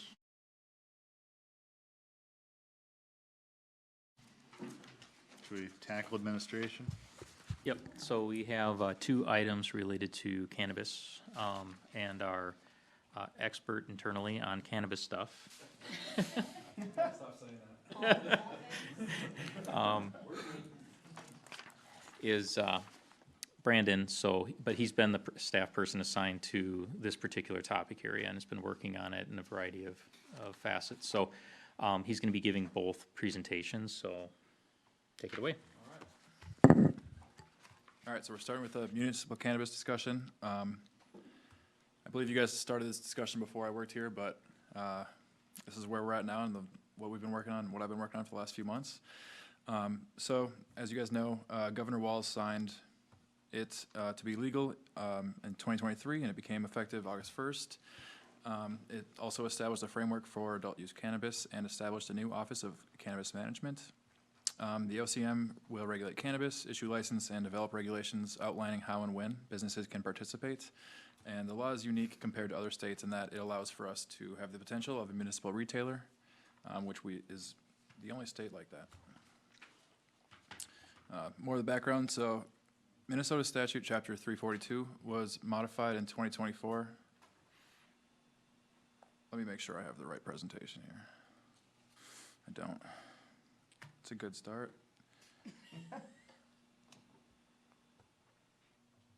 But the beauty of it is, the first slide is pretty much the same. All right, so, yeah, staff is providing the council with an update on the topic of municipal cannabis. Yep, and so originally, social equity applicants would get first priority for licensure. If there were no candidates in Elko New Market, it would have given the city the chance to be in the lottery system. Something different. Yeah, you What have up? to have something different. Nice, You'll have to unshare and then reshare again with the correct presentation. cool. You're doing Do you need a great. minute? I mean, we can jump to another report if you need a second. Let's do that. Let's do that. Chief, please, you're up. Officer Barry is off of field training, so Okay. it's gonna help our schedule, and you should see him out and about. And I just wanna say on behalf of the officers, I was actually part of kind of the initial working with Tom on the compensation until I got promoted internally. It's really important to them, they really appreciate you guys are considering this and looking at moving them way more into the market, compensation, that's huge for them. And it's huge for me as the chief, because when we look at retaining officers, and we have really good officers that we wanna keep, and also attract officers, and we have future openings, this helps us a lot, because it's hard to compete with the big boys when they have specialty assignments, and they have all kinds of things that we can, as smaller city can offer. At least this we can show we care, so very appreciated. That's it. Thank you. Is that enough, Brandon? I'm You ready. ready to- You did a great job tap dancing. All right, can see the right one? Beautiful, okay. So, originally, social equity applicants would have gotten first priority. If there were no candidates in Elko New Market, it would have given the city the chance to be in the lottery system along with everybody else. The licensing process provided for one license to be allocated by the OCM at a minimum to a jurisdiction of 12,500 people. During the 2024 legislative session, city staff, along with Councilmember Berg, spearheaded efforts to provide a clearer path to a municipal license within statutes. And this language separated municipalities from other applicants, including social equity applicants, essentially providing for a reserve license for municipalities. While various work groups have been exploring the topic of municipal retailer cannabis, including Tom and I are in a work group with City of Wayzata, who is charging this as well, and also a different work group that Tom and I have led with other cities who have showed desire. So there are still many unknowns related to this topic. There are variables in determining feasibility for municipal cannabis retailer, including but not limited to licensing, insurance, banking, staffing, potential impacts on federal funding, location, and just general feasibility. So the city of Elko New Market would be eligible for a license from the Office of Cannabis Management. As a municipal retailer, this will be for a single licensed location. Another licensed retailer in the city would not be excluded because of this. A municipal retail license would not affect licensing for social equity applicants or members of the general public. The OCM stated that the social equity applicant verification process opened on June 24th, 2024, and this licensing allows for the sale of recreational cannabinoid products to begin on the 1st of next year. So the details of the licensing process for municipalities has not yet been established. I have reached out to OCM and I'm waiting a response. So the League of Minnesota Cities Insurance Trust has stated that they will not insure municipal cannabis retail operations. They've pretty much wanted to stay away from this topic altogether throughout the process. So however, information provided in the Wayzata group that I mentioned by an industry expert indicated that insurance should be available through private insurers that specialize in the industry. And I'm sure you guys all looked through the packets, and that industry expert I'm referring to here is the .7 group. They've been the main experts on anything cannabis so far that I've been in contact with for my various work groups. So additional research on insurance will be required, And the following slide will list some of the typical insurance requirements. So this is just a few of them. Alarm system requirements, various types of alarms. Video surveillance systems, obviously it would have to cover all the areas. There are requirements for a certain resolution, a high resolution of 9600 DPI or greater, and along with a DVR and backup storage that is robust. And not exactly sure what that means specifically, but that is the term that they used. Access control systems, including keys, passwords, and other means of access to only authorized personnel, and to maintain a log of permissions. Employee background checks, no employees to be employed that has any criminal history whatsoever. And restricted use on premise, you can't use it when you're on the premise. And third-party security or armed guards would be necessary. So the property, most major cannabis programs offer at least 20 to 25 million per location, and a select few have secured reinsurance over time and can offer 40 to 45. However, there may be trade-offs with these higher coverage limits, such as gaps in coverage or unfavorable coverages somewhere else. Protective safeguard endorsements. So markets are requiring protective safeguard endorsements be included in policies to protect carriers in the event of a fire claim. Equipment breakdown, though options are still abundant, there has been mounting pressure to perform or cut capacity or take drastic moves such as not offering coverage to programs. Product liability, because more states are legalizing, carriers have become more competitive, so appetites are loosening for specific cases and offering more flexible terms and limits. And crime, obviously cannabis operations located in high crime exposed areas are seeing an increase in rates and additional safeguard warranty exclusions. So going to the banking section of it. So the topic of banking for cannabis operations is complicated by federal banking regulations as they relate to funds associated with businesses selling a Schedule I substance under the Controlled Substances Act, which cannabis marijuana is still classified as federally. The number of banking institutions that are seeking to participate in this space is limited.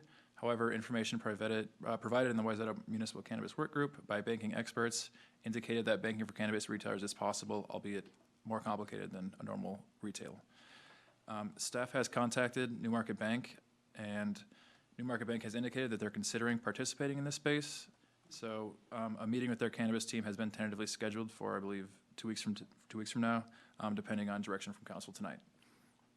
And additional research would be required. So this is just some potential cash logistics obstacles. An overview, approximately 19% of cannabis, non-cannabis transactions are cash, and up to 90% of cannabis transactions are cash. The major credit card processors prohibit cannabis transactions through their networks, which means that cannabis payments must be transacted using other methods, which is most popular is cash. Most banks prohibit the presentation of cannabis-related cash at their branches.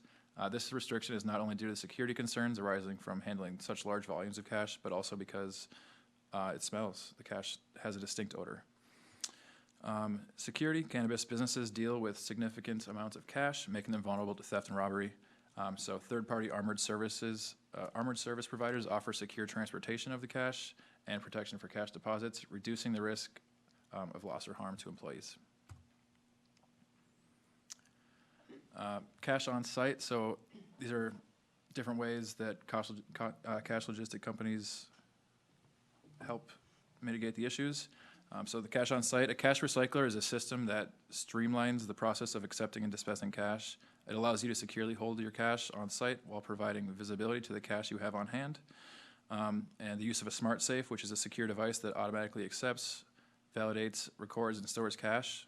These devices have the ability to connect to the internet, POS systems, and other cash management technologies. Cash couriers.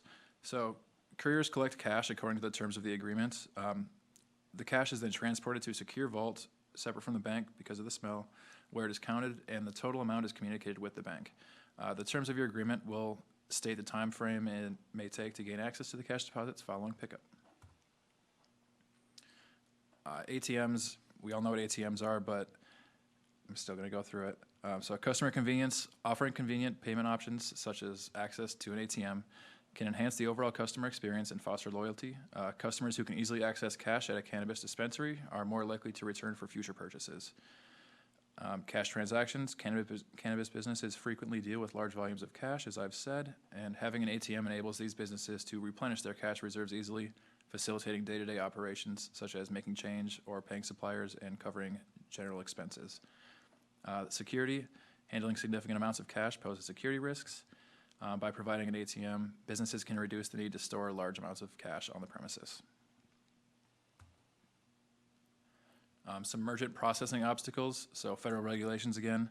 The primary reason stems from the fact that cannabis remains illegal at the federal level in many countries, including our country. So Visa and MasterCard are subject to federal regulations, and facilitating transactions related to a federally prohibited substance could expose them to legal risks. So other payment options to explore. Some companies offer digital payment solutions for purchasing cannabis products in store, online, or for delivery, utilizing direct ACH bank transfers. After you sign up, the customer can easily scan a QR code or whatever and confirm the order on their phone. However, it's important to note that there's a fee with these. So bank fees, risk premium. Banks may charge higher fees to cannabis businesses, likely to compensate for the increased risk associated with serving them. This risk premium reflects the potential legal and regulatory challenges, as well as the costs associated with enhanced due diligence and many compliance efforts. These costs are often passed on to the clients in the form of higher fees. Capital intensity, serving cannabis businesses may require additional capital reserves to mitigate risks, which can increase the overall cost of providing financial services to our clients. On opportunity cost, banks may perceive serving cannabis business as diverting resources and attention away from the traditional, less risky sectors, leading them to charge higher fees to compensate for potential loss. All right, so getting into the actual business feasibility now. A feasibility analysis considering factors such as the market, location, staffing, security, inventory, supply, et cetera, would need to be completed in order to determine if this would be profitable. And the city does not have the internal expertise. I know Tom thinks I am an expert, I am not, to be able to conduct such an analysis within a timely fashion. So, yeah, if the council wants to continue to pursue the possibility of municipal cannabis retail operation, staff would recommend engaging an industry expert to assist the city with a feasibility analysis. Staff sought a proposal from Point 7 Group, which is the group I mentioned, a firm that specializes in consulting to private entities, but since this legislation has passed, they've expanded their scope of service to include municipalities. So Point 7 Group have provided staff with a proposal to complete an initial phase 1 feasibility analysis. This scope of work would assist the city with the exploration of the operations and financial modeling of a potential cannabis retail operation. Specific elements of the scope of work include, but are not limited to, developing multiple scenarios that will consider revenue assumptions, startup expense assumptions, operational expense assumptions, personnel, as well as an annual and monthly income statement, a balance sheet, and a statement of cash flows. And this analysis would also include some market research. So now I'm going to just start going through the actual proposal for phase 1 that they gave us. Weeks 1 and 2 are discovery calls, people facility. So yeah, they'll conduct in-depth discovery calls and help us with some deliverables, including 2 to 3 organizational chart examples and salary and wage information, job descriptions for each position, dispensary-specific retail site consideration, some design and some facility area descriptions. The next 3 to 5 weeks would be exploration of operations and financial modeling. So Point 7 will work with client to define 3 unique operational pathways. Once defined, Point 7 will guide the client through 4 dedicated financial modeling discussions. Weeks 5 through 7 would be the written feasibility summary. They'll provide us with a written finance plan that describes the model, the assumptions, and data used within the model for each of the 3 different scenarios they would provide. And then week 8, they would virtually present to council. So the fee is $15,000 for up to 80 hours of consulting time. This is just for phase 1. So the budget impact for phase 1 is $15,000. This item was not anticipated during the creation of the budgets. Thus, it would be funded via the general fund, professional services, and any remaining costs would come from reserves.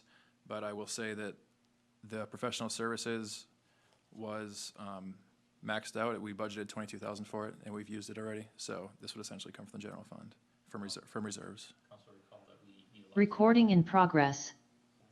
that line item to fund the hazardous materials mitigation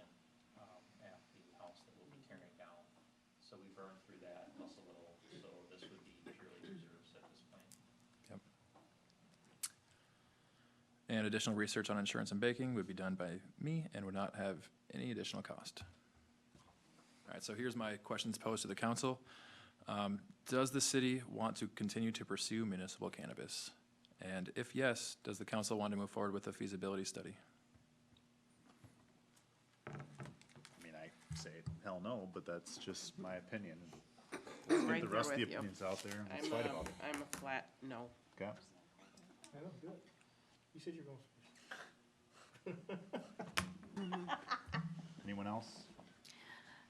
I mean, I'm for it, but I'm not, I mean, I'll go with what the majority wants, so. We're do you gonna be think? split right now, I can tell you that. You guys are for it? I'm not necessarily against, like, gathering more information. I guess I'm curious. I mean, I saw your social media post, and there's not everybody's gonna comment on a post of that nature. I don't know if you got any other comments on a, I got some messages, but they were kind of following the same train of thought. My original thought, I mean, I know Lakeville makes a lot of money, a lot of revenue from their liquor sales. And I know marijuana is not liquor, but it's pretty significant for them. So I was just looking at it as another way of another revenue source, but I would want it to go somewhere useful and make sure of that. So we're talking about spending just a ton of money, buying property or taking existing property. We're going down a path of a business that we have zero experience doing, and we're potentially taking away the opportunity for someone to come into our city and invest money, buy property, and put up a retail business. Is that really what we want to do? But how are we taking away that opportunity? It doesn't Well, prevent another person. It from coming doesn't, but we are kind of shortening the market a little bit. We're making it less attractive for someone to potentially come here. have we had anyone ask any questions, any inquiries about bringing? Yeah, we've had one. I'll be your huckleberry. Yeah. Okay. Are you taking questions from the floor at all? Sure. How many cities in Colorado, which is a state that legalized cannabis a long time ago, how many cities already have municipal operations? They have zero because Minnesota is the only state that allows for it. I think we're taking on huge risks. Is the city gonna try as hard as I'm gonna try? Like, I'm in it to win it. I don't know if the city's in it to win it. I'm trying to get out of my business to get into this business. So if you want competition, I'm here, but I would rather work with you guys and support the community myself. Like, then you guys can check and balance me, and we don't have to check and balance you. Well, I'm sorry, I get no, to excited that around point, people. Yeah. I trust you to do something if it's gonna be your 100% Right. priority, when we as a city have about 1 million different priorities. I Right. mean, why are we competing with I private was businesses? only looking at it from the standpoint of revenue for the city. But most munis struggle. I mean, Lakeville's kind of an exception. 80,000 people. We have 5. Yeah. Why you wanna jump into those waters when 10 years from now, the market's gonna be so, you guys are gonna put millions of dollars into something that may fail in 10 years. You may get the thing right now, but Lakeville has the 80,000 people. That's why their municipals work, in my opinion. We don't have the kind of Appreciate the money comments. to do this. I just don't know why we're going to try to burden our budget to do this. Yeah. I mean, I really want to hear the case as to why we should do this. So let's hear it. My only thing was like, I wasn't aware if we have anybody pursuing this area, and if it's like something that our community is looking to have, this would be an opportunity for us to bring it forward. You know, it's not an amenity, but it's like something that, we get a ton of frustrated members of our community talking about, why don't we have a grocery store? Why don't we have a hardware store? Why don't we have any? This is one thing that we could do. I mean, we're not gonna have a municipal hardware store, but we would be able to have Yeah. municipal cannabis. But if we have somebody who's pursuing this area, I don't wanna take that opportunity away from them. I think it would be fair to assume that if we go into it, there will be competition. I've heard from a lot, and from purely on the banking side, that wants to see if we would When I Well- was at New Market Bank, they wanted us to, And that's why I thought if we're gonna do it, we should do it now.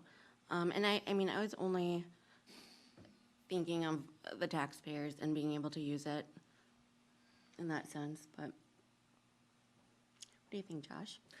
I don't really care. I mean, honestly, I want it to be a choice. I want it to be an option. I am interested in getting more information, but I'm also not interested in distracting anything from right now. There's a lot of unknowns. There's a lot of things that still have to get figured out.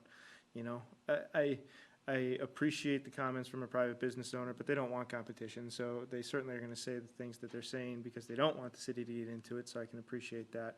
I would sell it to the city. I plan on having the whole license and all, so it would still be community effort to get it to the city. we gotta, Like, I'm willing to work with the city, so we can't put I- that baggage out there. hey, I'm supporting your comments, but I gotta cut you off. I don't know anything on No, I appreciate it. Thank you, citizen thank that you. doesn't come to these things. I got you. No, you're good. I appreciate it. Thank you. No, so I mean, you know, I just wanted to tee up the conversation, give us an opportunity to have the conversation, you know.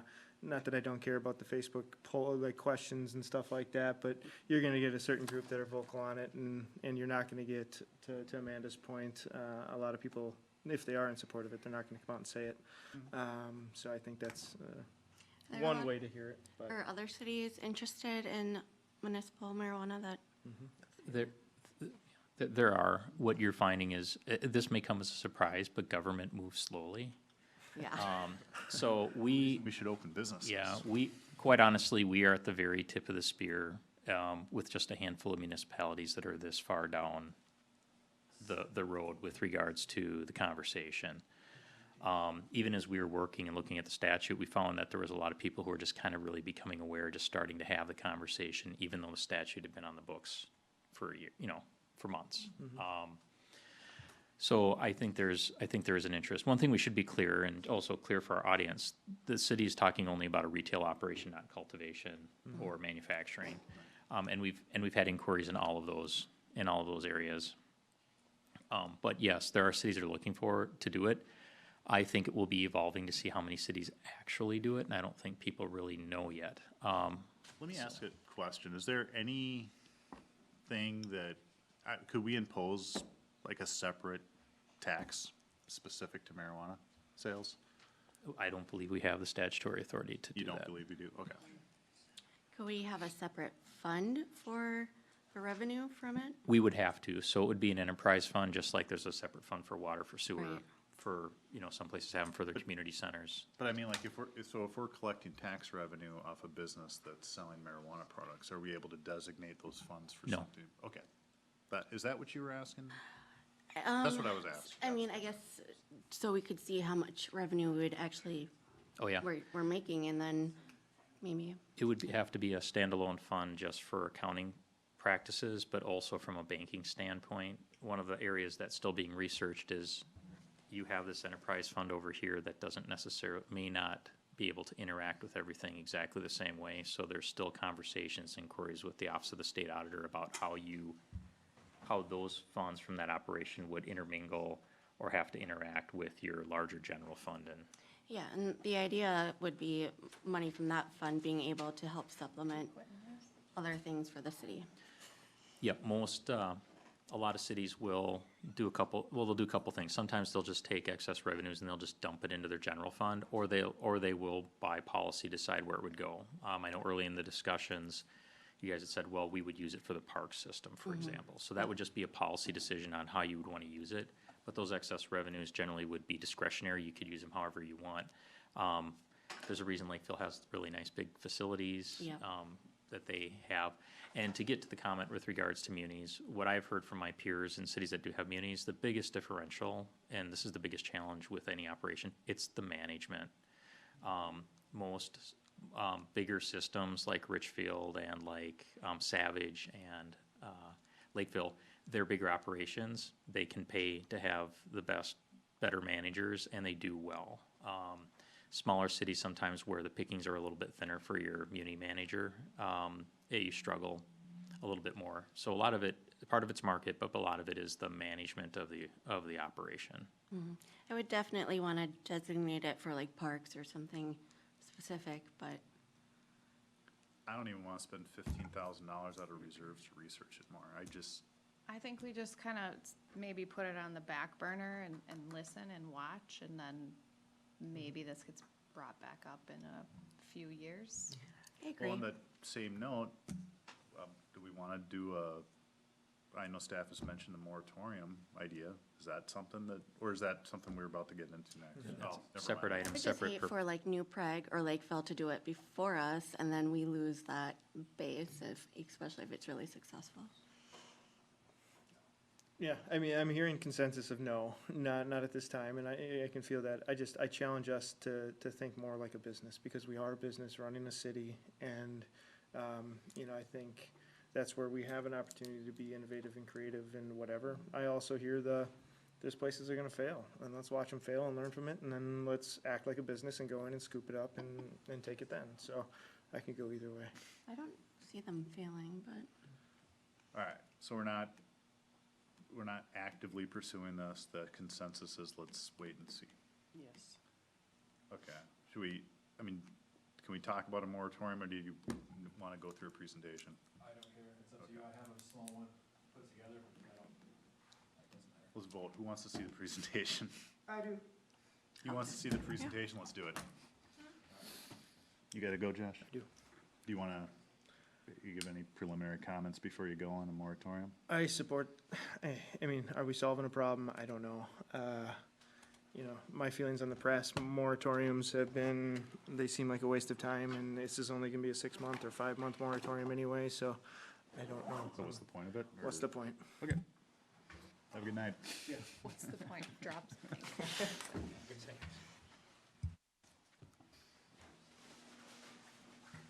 All right, well, I'll get into it so I can hopefully make a point of why we might want one. So, yeah, so Minnesota Statute Chapter 342 was modified this last year to enact the session laws. An LGU may adopt an interim ordinance, and staff had been waiting for the Office of Cannabis Management to release their model ordinances, which they just did a few weeks ago on June 18th.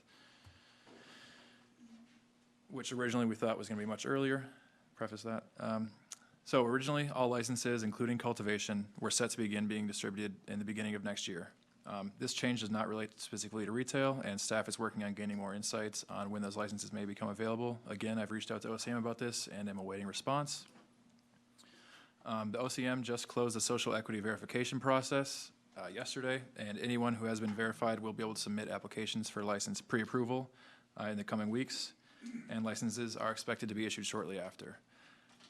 So the scope includes, but is not limited to, definitions for cannabis products, zoning and land use, hours of operation, maximum number of licenses, municipal cannabis, which doesn't matter anymore, and to amend the city code section 443, which,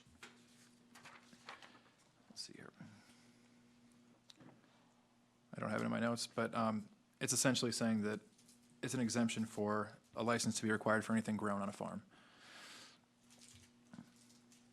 So staff is asking City Council to consider adopting an interim ordinance regarding the licensure of cannabis-related businesses, so city staff can have more time to discuss with City Council what it wants for various aspects of rulemaking, and the Planning Commission for that matter.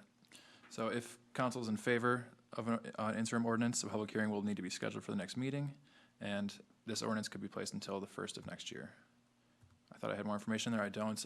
I think that, in general, a moratorium, from my perspective, would just help give me more time, because there's a lot of different things that we'll have to talk about and decide upon. And the fact that they pushed up the cultivation licensing to now, rather than the end of the year, which was expected, is why we would be requesting additional time to work on these various parts of the ordinance. I think this slide best represents it. Those are just a few examples of things we'll need to bring in front of the Planning Commission and the council on the bottom there that will need more discussion. That's all I have. I'm a hard no on a moratorium. Just the whole concept of telling a business that may want to come to town, we can't figure out our stuff, so you're gonna have to wait, drives me insane. I don't see any practical reason in which way you should do it. I understand what you're saying, but the whole concept just, I don't know, makes me sick to my stomach, to be honest with you. we don't wanna fight with anybody, we wanna go forward, and then. Man, I can't, Oh, we can't do it, talk no, like this? Oh, I no, thought this- sorry. I'm sorry, I thought this was. That was kinda like a one-off I'm deal, sorry. so, no, you're good.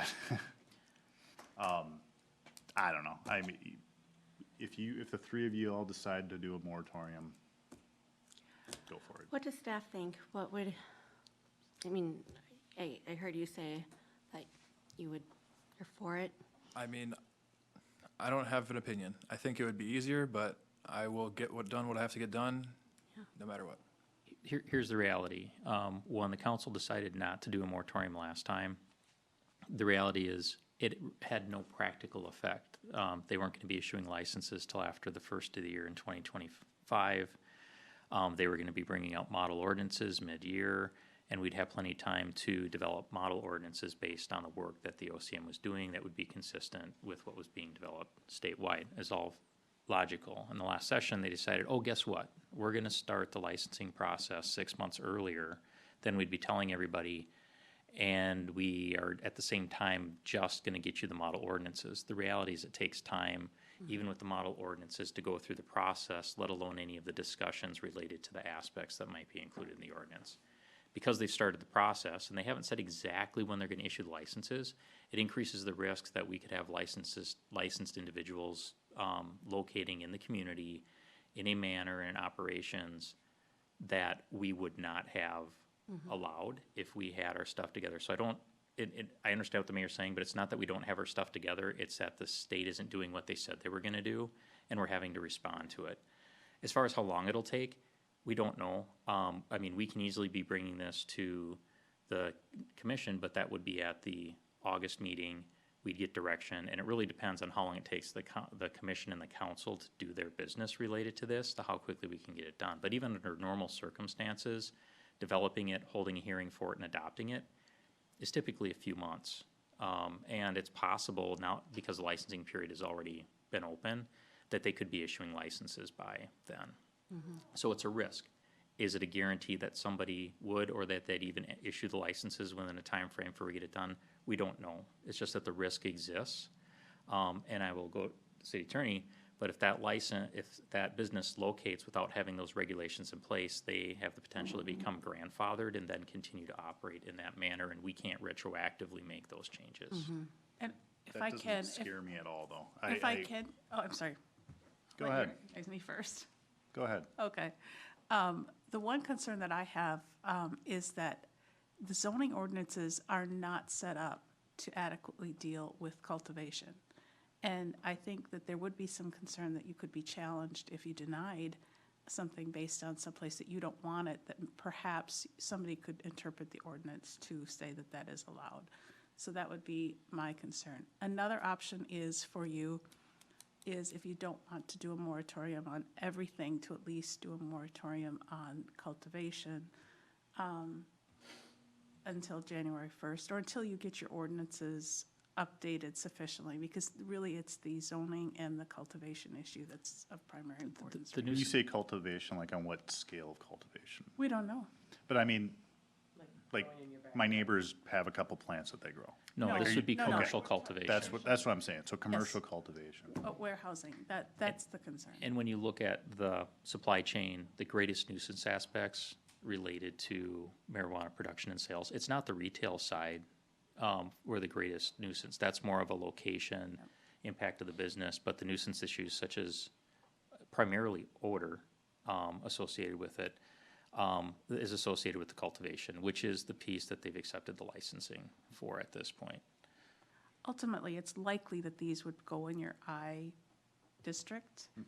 But it's ideal to have this time to analyze any conditions that are appropriate if you put it in the I district, and have your ordinances clearly identify this type of use and those restrictions, which you don't have at the moment. Y'all know how I feel, I'm not gonna keep beating the drum, whatever you guys decide. I mean, I don't think it's necessary if that's how you guys feel. Well, I will be the odd duck here. I kind of agree with Andrea. I wouldn't mind a moratorium on the cultivating side. I personally don't want someone cultivating in an area that's right next to housing or right next to another business that's not a industrial user, I guess. How long has it been since you've lived in an apartment, though? Me? Yeah. I've never lived in an apartment. Anyone that's lived in an apartment knows there's always that apartment that just smells up the whole hallway through a week. Yeah, but that doesn't mean that we have to allow it to happen. It's not, it's, all right. But I'm fine with that being the only moratorium, is just on that. That's my thinking. I don't think we need one. Cool. So it doesn't matter what I think. I mean, I think it would be a good thing. I mean, I'm leaning towards that with Kate as it being a good thing, but it wouldn't break my heart if we didn't do it, so. Well, me and Josh were both no's. You were a yes. You were a no. I was No. a partial yes. She's an industrial zoning moratorium on the Cultivator, yes. But the others, I'm fine. So, I don't know what that means. So you could do a So, moratorium. no, just I on know what that all. means. I'm just like, for the math of, does anybody Does want to Josh explore? count? He's not here. We're not technically voting, really, I guess. I'm just trying to come to some general consensus. Does anybody want to If pursue the a rest of- moratorium on cultivation? If there, well, I would like to, but if nobody else wants to, it's fine, we'll just move on. Yeah, and I'm exactly feel like you, like that. I would like to, but it's, By my math here, we got 3 no's and 2 maybes. I like your Two math. cultivation only, yeah. So, Jake's like, I wanna go home. Yep. All right, let's keep Okay, going. so we have direction. Corey did not have anything additional Yep. under Public Works. Community development. Nothing in addition to the minutes. I just want to check with Renee real quick. Did you have anything to add in addition to the Planning Commission minutes, Renee? You left unmuted, Jake. Oh, if she's even there, she's still there. Did she exit? I do not have anything to add, thank you. That was a lot of build-up. Sorry, we woke you up. Anything for parks that, Just To be added? quickly, I'll add on behalf of the Parks Commission, big thank you to the Fire Rescue Days Committee, and Linda Urach for helping put a lot of that on. The Ninja course, that was a huge success, so. Additionally, we received more, public park dedication from Park I-35 than initially anticipated. I think it was around 85,000 initially, and we ended up getting closer to 140, 150,000, so. The Parks Commission is pretty excited. We're looking at some of these projects that we haven't had funding for in a long time, and we're hoping to get some of that done. nice. Oh my God. I saw pic- Pickleball, here we come. Let's do it. How many minutes do we wanna spend on pickleball? Let's keep discussion moving. today? CCEC, I don't have anything. And their meeting for this month is canceled, if I recall Yes, we are correctly. not meeting next week. there's no scale in July. I'm assuming you have nothing. Josh sent me a text saying he had nothing for I-35. So discussion by council. I have one thing. I was hoping that they were gonna show up today, but they did not. They stopped me at, Fire Rescue Days. Mr. Bergstrom, Kyle Bergstrom would like to address or talk about being able to hold his wedding at Wagner Park.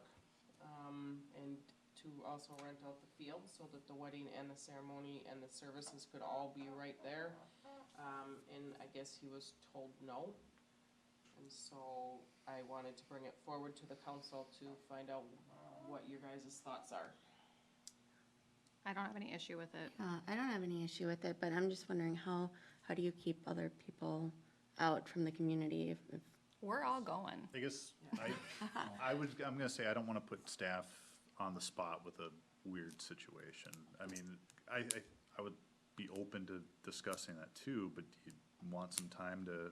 Well, the staff response was consistent with the policy that the planning commission just recommended and the council just adopted recently related to field rental, which is we don't rent out the fields to individuals, only to organizations. So if you want to revisit that, we can, but we simply responded to what you guys had approved. It would open the door. Anyone could rent the field for any reason, basically, at that point. And we don't currently charge for the fields, because we only do it to sports organizations. Is there some way we can discuss this and maybe do it in a workshop in the next meeting? What or are you something? looking to do, like, are you looking to do like a specific to I just this wanna know event, how we or- can make it work. What can we do? I mean, the Bergstroms have been in Elko New Market forever. They run the baseball, they run the Muskies. If the baseball team then rents it out, is that okay? I mean, I just No, trying 'cause to it's- figure out a way to figure how To we be, can do to be this. blunt, we suspected when we told them no, that this is what happens when you're dealing with longtime residents. They go to the council when they don't like the policy, and the council's put in a position to just say, well, let's change the policy because of these people. The reality is that now we have seen a growing increase in people wanting to rent that facility for things like receptions. If we start including the fields, then are we renting the field out for receptions? We can do that, but we have to look at it beyond, hey, there's this one specific individual or group of individuals, how does this apply to the larger policy? So I would just recommend that we don't do it based on a specific, but we look at it since it's a policy globally. And I would also recommend doing a one-off because somebody's special, because that would be hard to defend to other people, because there's a Right. lot of special people out there. Right. Yeah, I mean, we'd have to open it up, that option, I think, to everyone if we do it for Well, one and I person. mean, if there's nothing going on the field, why not open it up and let somebody rent it and Just make some money off of it? speaking on some staff concerns that have come up in the past for like weddings, for instance, it's the chairs that dig into the grass. Yeah, then you have a dance floor, Garbage. potentially covering a big piece of grass. Trash and refuse, and Yeah. we can't, and so it's great to say, no, they'll pick it up, or you can charge them a deposit, but the reality is then the next it still has to get picked up. Again, all of those things can be addressed, but it would require a policy change from what we've done and what we just received. And again, I would recommend that the council consider it globally, for that purpose. And is there a timing frame for this urgency? Because is this an item you want to go back to the Parks Commission for their input? I just wanted to see what kind of feeling I had from the rest of the council to see if it was something that we needed to put on and talk about. I'm So, kinda, I don't know, I think I'm kinda with you in the sense of, gosh, I'd really like to help, you know? I'd really like to do something, but, yeah, then we're kinda, I don't know, I'd have to chew on it a little bit. Cause it is, I mean, we're kinda contradicting ourselves if we allow it. I don't know, Yeah, I just feel like we have to be fair if anyone else wanted to. I think we do too, but did we put ourselves in too much of a box? And then what happens if there is a lot of trash or something, then our city works would have to, Right, Well, and well, you, but we could maybe address, like with deposits or deposit. something Yeah. like that. and you can amend it, you can try it, and if it doesn't work, you can always change the policy back. Staff's position is that though we need to change the policy, we would recommend you change the policy rather than provide an exception, and you just consider the more global impacts. But if you do it and it ends up not working, you can always change the policy back for the following season. Can we do this? Can we kind of reopen it, put it on general business for the next meeting and actually have a good discussion? We can review the policy and we can talk about different ways that we want to. I know we just did this, but this is kind of a scenario that I don't know if any of us really envisioned. Is that something we can do? Yes. Council, is That that would something be you're okay awesome. with? yeah, I think that would be good. I think we own the conversation. yeah, Yeah. I do. And I am trying to find out when his wedding is. I have one other thing while you're looking for that. Do you have any updates on, or I know Rich left, but on looking at County Road 91 and Aaron Drive, that intersection, like doing a traffic study or I haven't anything spoken there? specifically with Rich on it. He was gonna be contacting, following up with the county transportation engineer, Mark Callahan. You had reported that, Mark had talked about possibly a traffic study. Yeah. So Rich was gonna speak with him about what that would look like from like a scope standpoint, and also who pays for it. And then return with a report on that. I think you guys are all aware that Rich's time has been 100% almost devoted to another topic for the last several weeks. So that was one of the things he was gonna begin working on after he got out certain letters, which have been highly talked about, Yeah. out to the general public. So I just probably don't want to next drop week. the ball on it because it was a number of residents that live right there. So I just, No, it's on the list, but there have been just practical issues with immediate fires that he had to devote his time to, so. And I've followed up with him and he's aware of it, so. okay. All right, are we, Motion to adjourn. motion by Second. Amanda, second by Gina, all in favor? Aye.